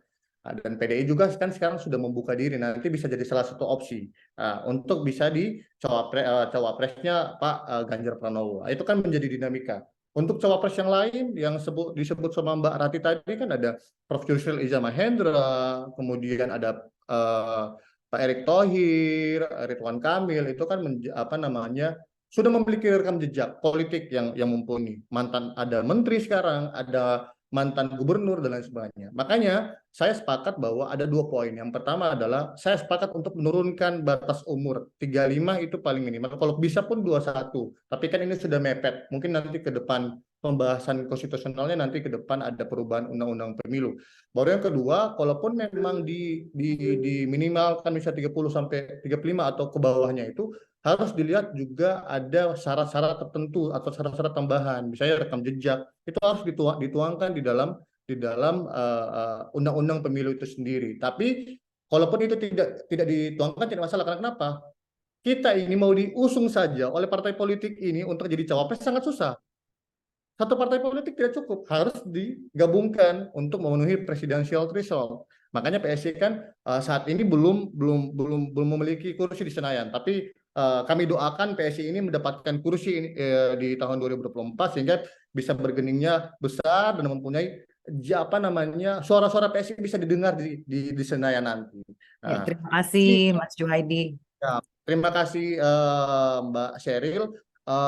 Kemudian yang selanjutnya Mbak Rati, pokoknya menurut saya adalah anak muda ini menjadi agent of change ya, bukan perubahan yang politik ya, bukan ya. Kalau Mbak Arya tadi agak sedikit mengarah kepada capres kayaknya ya, udah kampanye politik ke arah salah satu capres ya. Tapi saya ingin mengatakan bahwa memang kalau yang baik ya kita lanjutkan, tapi kalau memang ada yang sedikit untuk kita bisa koreksi, khususnya kalau dalam bidang saya dalam sistem hukum dan penegakan hukum dan sistem demokrasi ya mari kita ubah sama-sama. Seperti satu isu ya mengamandemen konstitusi. Nah, tapi mungkin nanti di periode 2024 sampai 2029 mungkin itu saya yakin akan terjadi sih untuk adanya amandemen kelima konstitusi kita. Mungkin itu Mbak Rati yang saya bisa menjawab nggak? Ini ada yang di chat nih.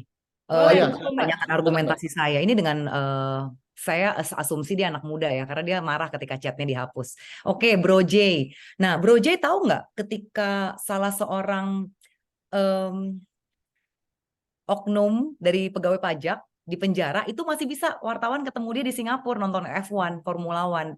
Itulah kondisi penjara Indonesia. Selama dia masih ada duit, mau di penjara pun dia bisa nonton F1. Dia bisa beli rumah mewah di depan Sukamiskin. Jadi mungkin dia dimasuk sel tuh ketika mata Najwa mau datang aja sidak, baru dia ucuk-ucuk pindah masuk sel gitu ya. Nah, jadi maksud saya gini, kita ini kalau mau berubah harus ada terobosan. Udah terbukti kok penjara nggak membuat efek jera. Kalau memang kita, dan sekarang itu penjara itu kekurangan dana untuk membayar makanan dan juga hidup layak bagi para narapidana yang miskin-miskin. Di penjara itu, kalau Mas mau tahu ya, kalau maling ayam itu jadi tukang pijetnya penjahat-penjahat koruptor. Jadi mereka ketika korupsi, kalau penjahat-penjahat yang koruptor itu masuk ke penjara itu kan duitnya masih banyak banget, udah dihitung. Makanya katanya kalau korupsi itu jangan tanggung-tanggung, gedean sekalian. Supaya ketika masuk penjara masih bisa bayar raja di penjara. Jadi bisa mendapatkan sel yang bagus, bisa mendapatkan asisten rumah tangga, asisten sel gitu ya. Jadi selnya bagus, rapi. Nah, jadi sebenarnya kita, kalau saya itu dari dulu kan sebagai wartawan kita mau bagaimana supaya tidak usah semua kejahatan itu masuk ke dalam penjara. Karena terbukti tidak memberikan efek jera dan juga tidak efisien karena negara tidak mampu membayar itu semua. Di negara-negara maju seperti Belanda, bahkan penjaranya itu udah kosong. Karena mereka efektif memberikan hukuman. Nah, misalnya tipiring, tindak pidana ringan, ya nggak usah di penjara, kerja sosial aja. Nah, Salah satu yang saya pikirkan, ini pendapat saya pribadi bukan sebagai partai ya.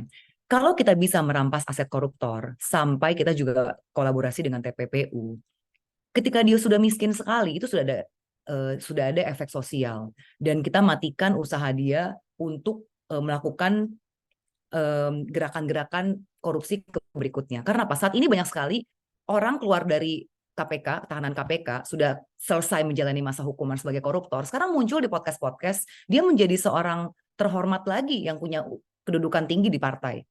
Lalu menjadi seorang superstar di podcast, bahkan membuat autobiografi, karena masih punya uang. Berarti kan terbukti penjara itu tidak membuat efek jera begitu ya.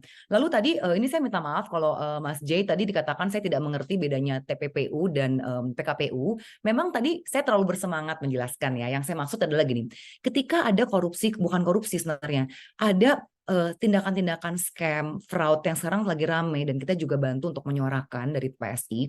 Misalnya gini, ketika kasus-kasus Indosuria, kasus-kasus banyaklah mengumpulkan dana masyarakat dalam skema-skema Ponzi. Tentunya para korban itu berusaha maju memperjuangkan haknya lewat perdata dan pidana. Pasti teman-teman di sini yang ahli hukum lebih paham ya.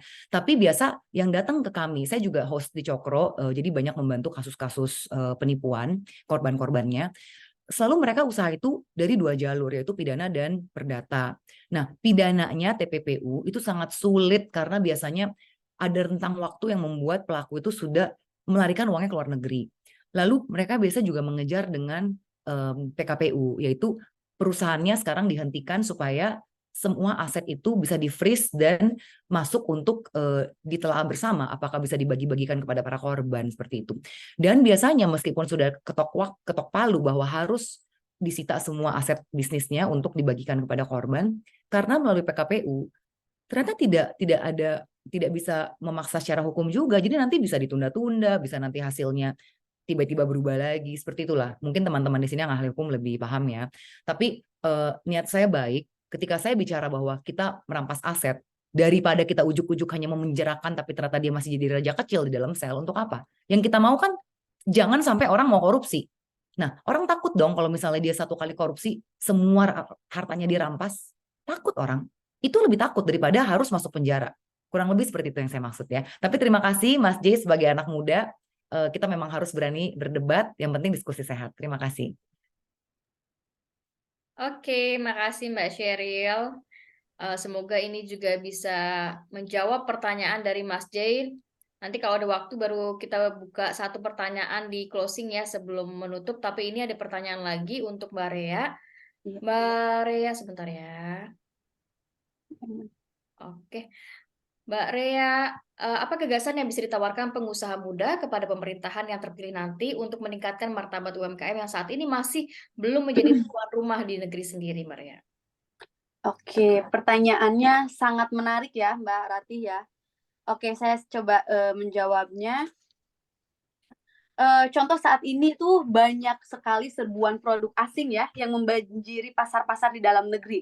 Jadi sementara para pengrajin-pengrajin lokal juga bisa menghasilkan produk UMKM yang kualitasnya nggak kalah bagus loh ya.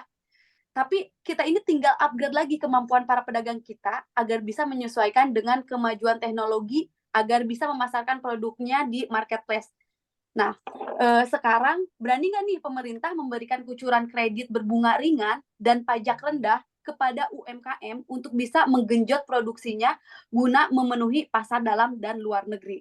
Itu mungkin yang nanti kita bisa sounding atau concern-nya ke pemerintah untuk lebih memajukan UMKM dengan cara memberikan pendanaan dengan bunga yang sangat ringan.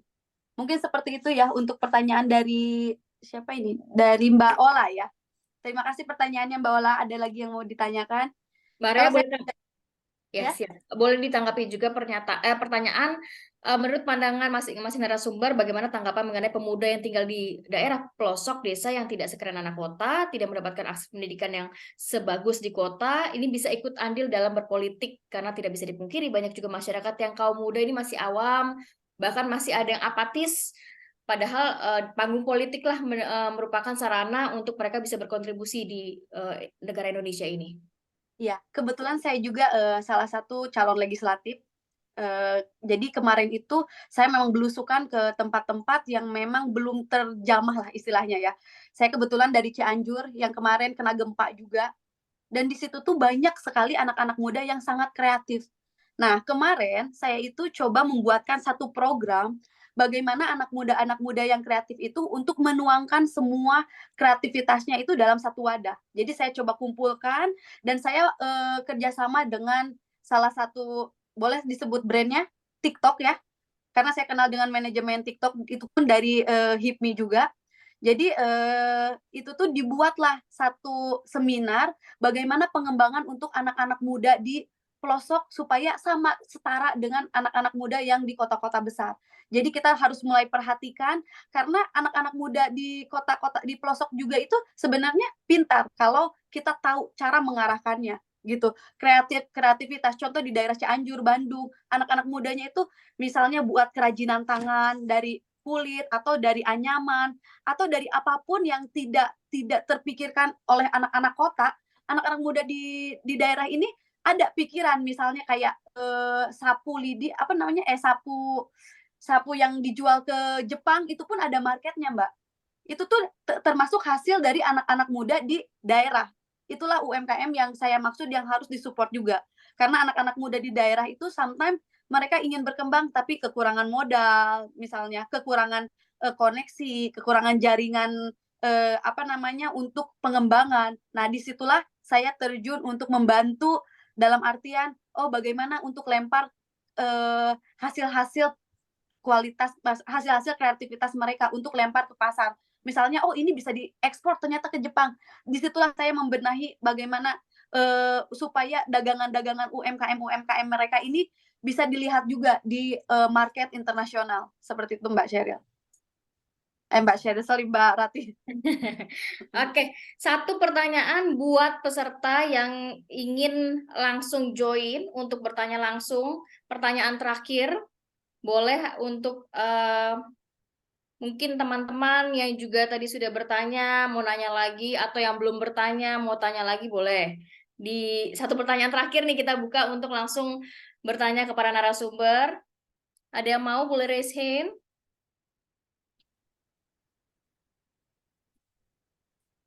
Oke, nampaknya sudah mulai pada... Kalau nggak ada, saya mau nambahin yang tadi Mbak Rea cerita ya, bahwa memang Boleh. harus ada support dari pemerintah ya. Saya dulu kuliah di Tiongkok tahun 2007-2008 lah. Itu waktu itu Tiongkok belum booming kayak sekarang. Tapi memang betul tuh yang Mbak Rea bilang, bahwa memang harusnya UMKM itu diberi support oleh pemerintah. Nah, sebenarnya proteksi-proteksi pada industri dalam negerinya Tiongkok tuh luar biasa. Jadi, dan mereka pun bantu bagaimana supaya ketika UMKM sana mau mengekspor tuh nggak tahu gimana tuh logistiknya, biaya logistiknya sangat murah. Jadi istilahnya nih, kalau kita produksi di Indonesia sama kita beli dari Tiongkok kirim ke Indonesia, itu nggak tahu kenapa bisa jauh lebih murah. Udah plus angka logistik ya, biaya logistik itu dari Tiongkok. Nah, itu karena ada proteksi-proteksi dalam negeri gitu loh. Termasuk Amerika pun yang kita bilang negara kapitalisme, sebenarnya mereka melakukan banyak sekali proteksi untuk industri dalam negerinya gitu loh. Misalnya ketika mereka mau nge-ban TikTok, itu kan salah satu proteksi ya. Nah, jadi menurut saya kita nih sebagai negara yang ada potensi untuk masuk dalam 5 besar ekonomi terbesar dunia, kita jangan anti, kita melihat yang baik-baiknya dari negara-negara yang sudah sukses, sudah maju, dan sudah berhasil menguasai 3 besar ekonomi dunia. Kita lihat bagaimana kebijakan-kebijakan bagusnya. Tadi apalagi kan Mbak Ria udah menggarisbawahi ya, bahwa ya UMKM ini harus disupport dari sisi misalnya permodalan dengan bunga yang kecil. Setahu saya itu udah ada deh, tapi mungkin juga bisa dibarengi juga dengan bagaimana mereka mempertahankan kualitasnya. Karena saat ini yang mereka sulit itu adalah mempertahankan dari batch 1 ke produksi batch 2, batch 3 dan seterusnya itu gimana mempertahankan standar kualitasnya. Katanya QC-nya kita itu masih naik turun. Nah, itu yang membuat market global masih agak-agak mikir-mikir nih kalau melirik dalam jumlah besar kuantitas untuk kontrak dengan UMKM kita. Saya rasa Mbak Ria nih cocok nih nanti nih kalau jadi staf khusus bidang industri.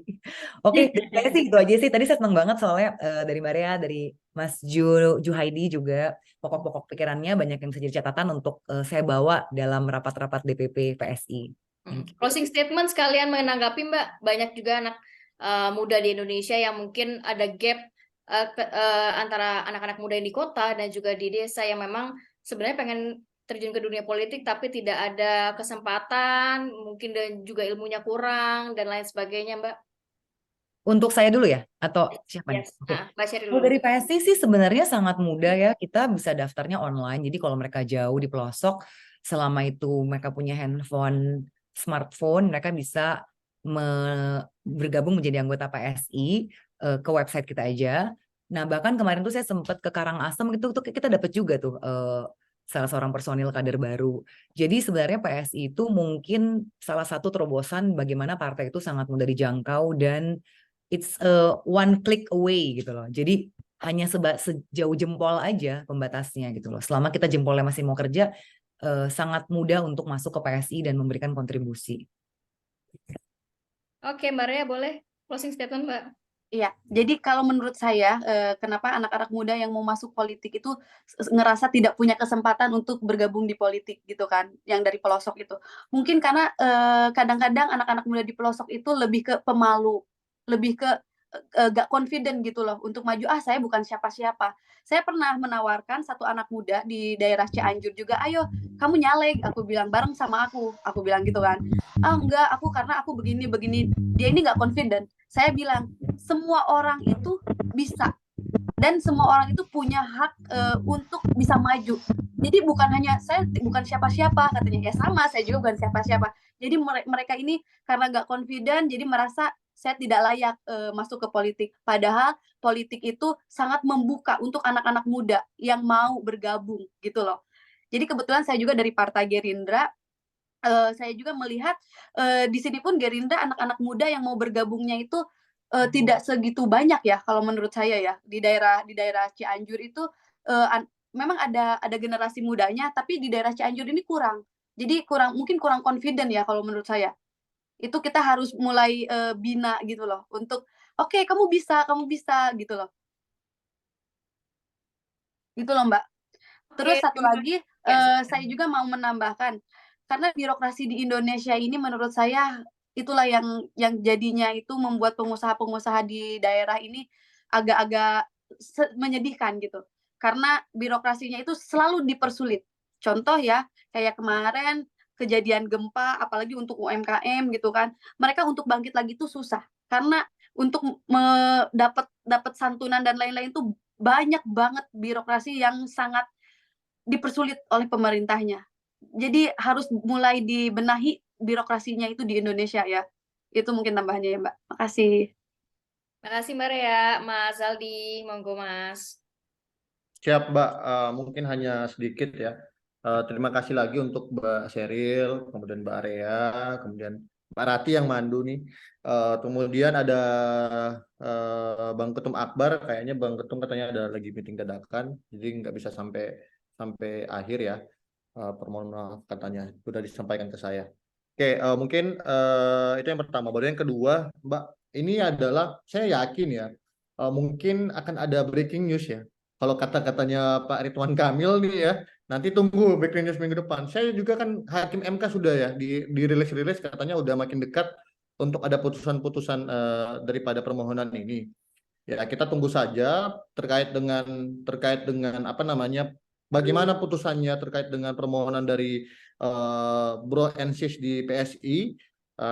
Insya Allah itu yang terbaik ya. Itu kita doa bersama itu karena itu menjadi satu apa ya? Menjadi sejarah baru kalau bisa sampai ada dikabulkan dan ada konstitusional bersyarat dan diamini usia nomor apa namanya 35 tahun bagi pemilu karena memang akan sangat cepat PKPU akan berubah bahkan banyaklah penyusunan-penyusunan yang akan dilakukan oleh penyelenggara pemilu dalam hal ini. Dan saya ingin tekankan ya, mungkin ini berkaitan dengan tesis saya Mbak Rati karena memang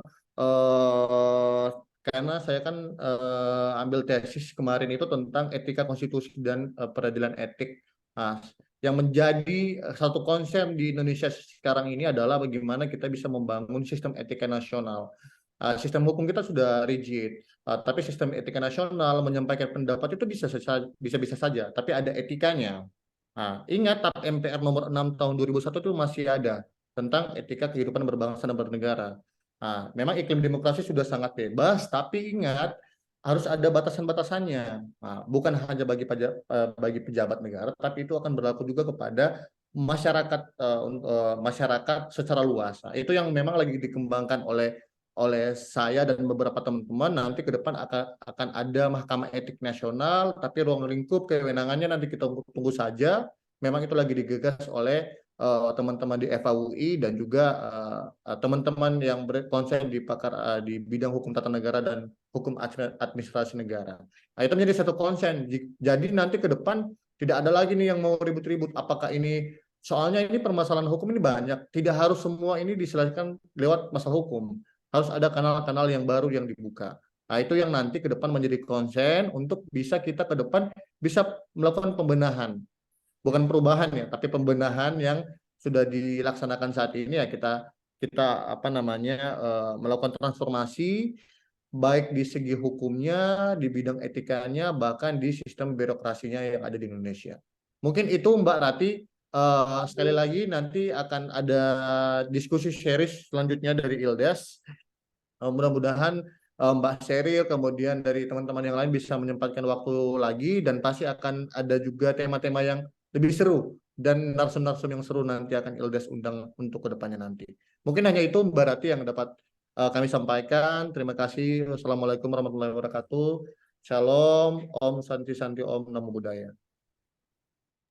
Baik, terima kasih banyak Mas Zaldi, Mbak Sheryl, Mbak Rea, dan juga Mas Akbar sudah memberikan informasi, insight yang luar biasa. Semoga dengan adanya webinar ini juga bisa mendorong partisipasi aktif para pemuda dalam hajatan politik pemilu 2024 yang nantinya akan menentukan siapa juga para elit yang akan memimpin bangsa Indonesia selama 2024 sampai dengan 2029 mendatang. Terima kasih saya ucapkan sekali lagi, sehat selalu, semoga bertemu lagi di lain kesempatan. Assalamualaikum warahmatullahi wabarakatuh. Waalaikumsalam warahmatullahi wabarakatuh. Ya, terima kasih semuanya. Terima kasih. Salam. Terima kasih Mbak Sheryl, terima kasih Mbak Rati. Terima kasih Mbak Thank Sheryl, you, Mbak Rea, Mbak Mas Rea. Zaldi. Mas Jaldi, makasih. Saya live ya. Mbak Kamarati, makasih ya. Thank you semuanya yang udah participate di Terima chat. kasih banyak Mbak Sheryl. Mas Zaldi pamit aku ya Mas. Ya, Mbak. Thank you, Mbak.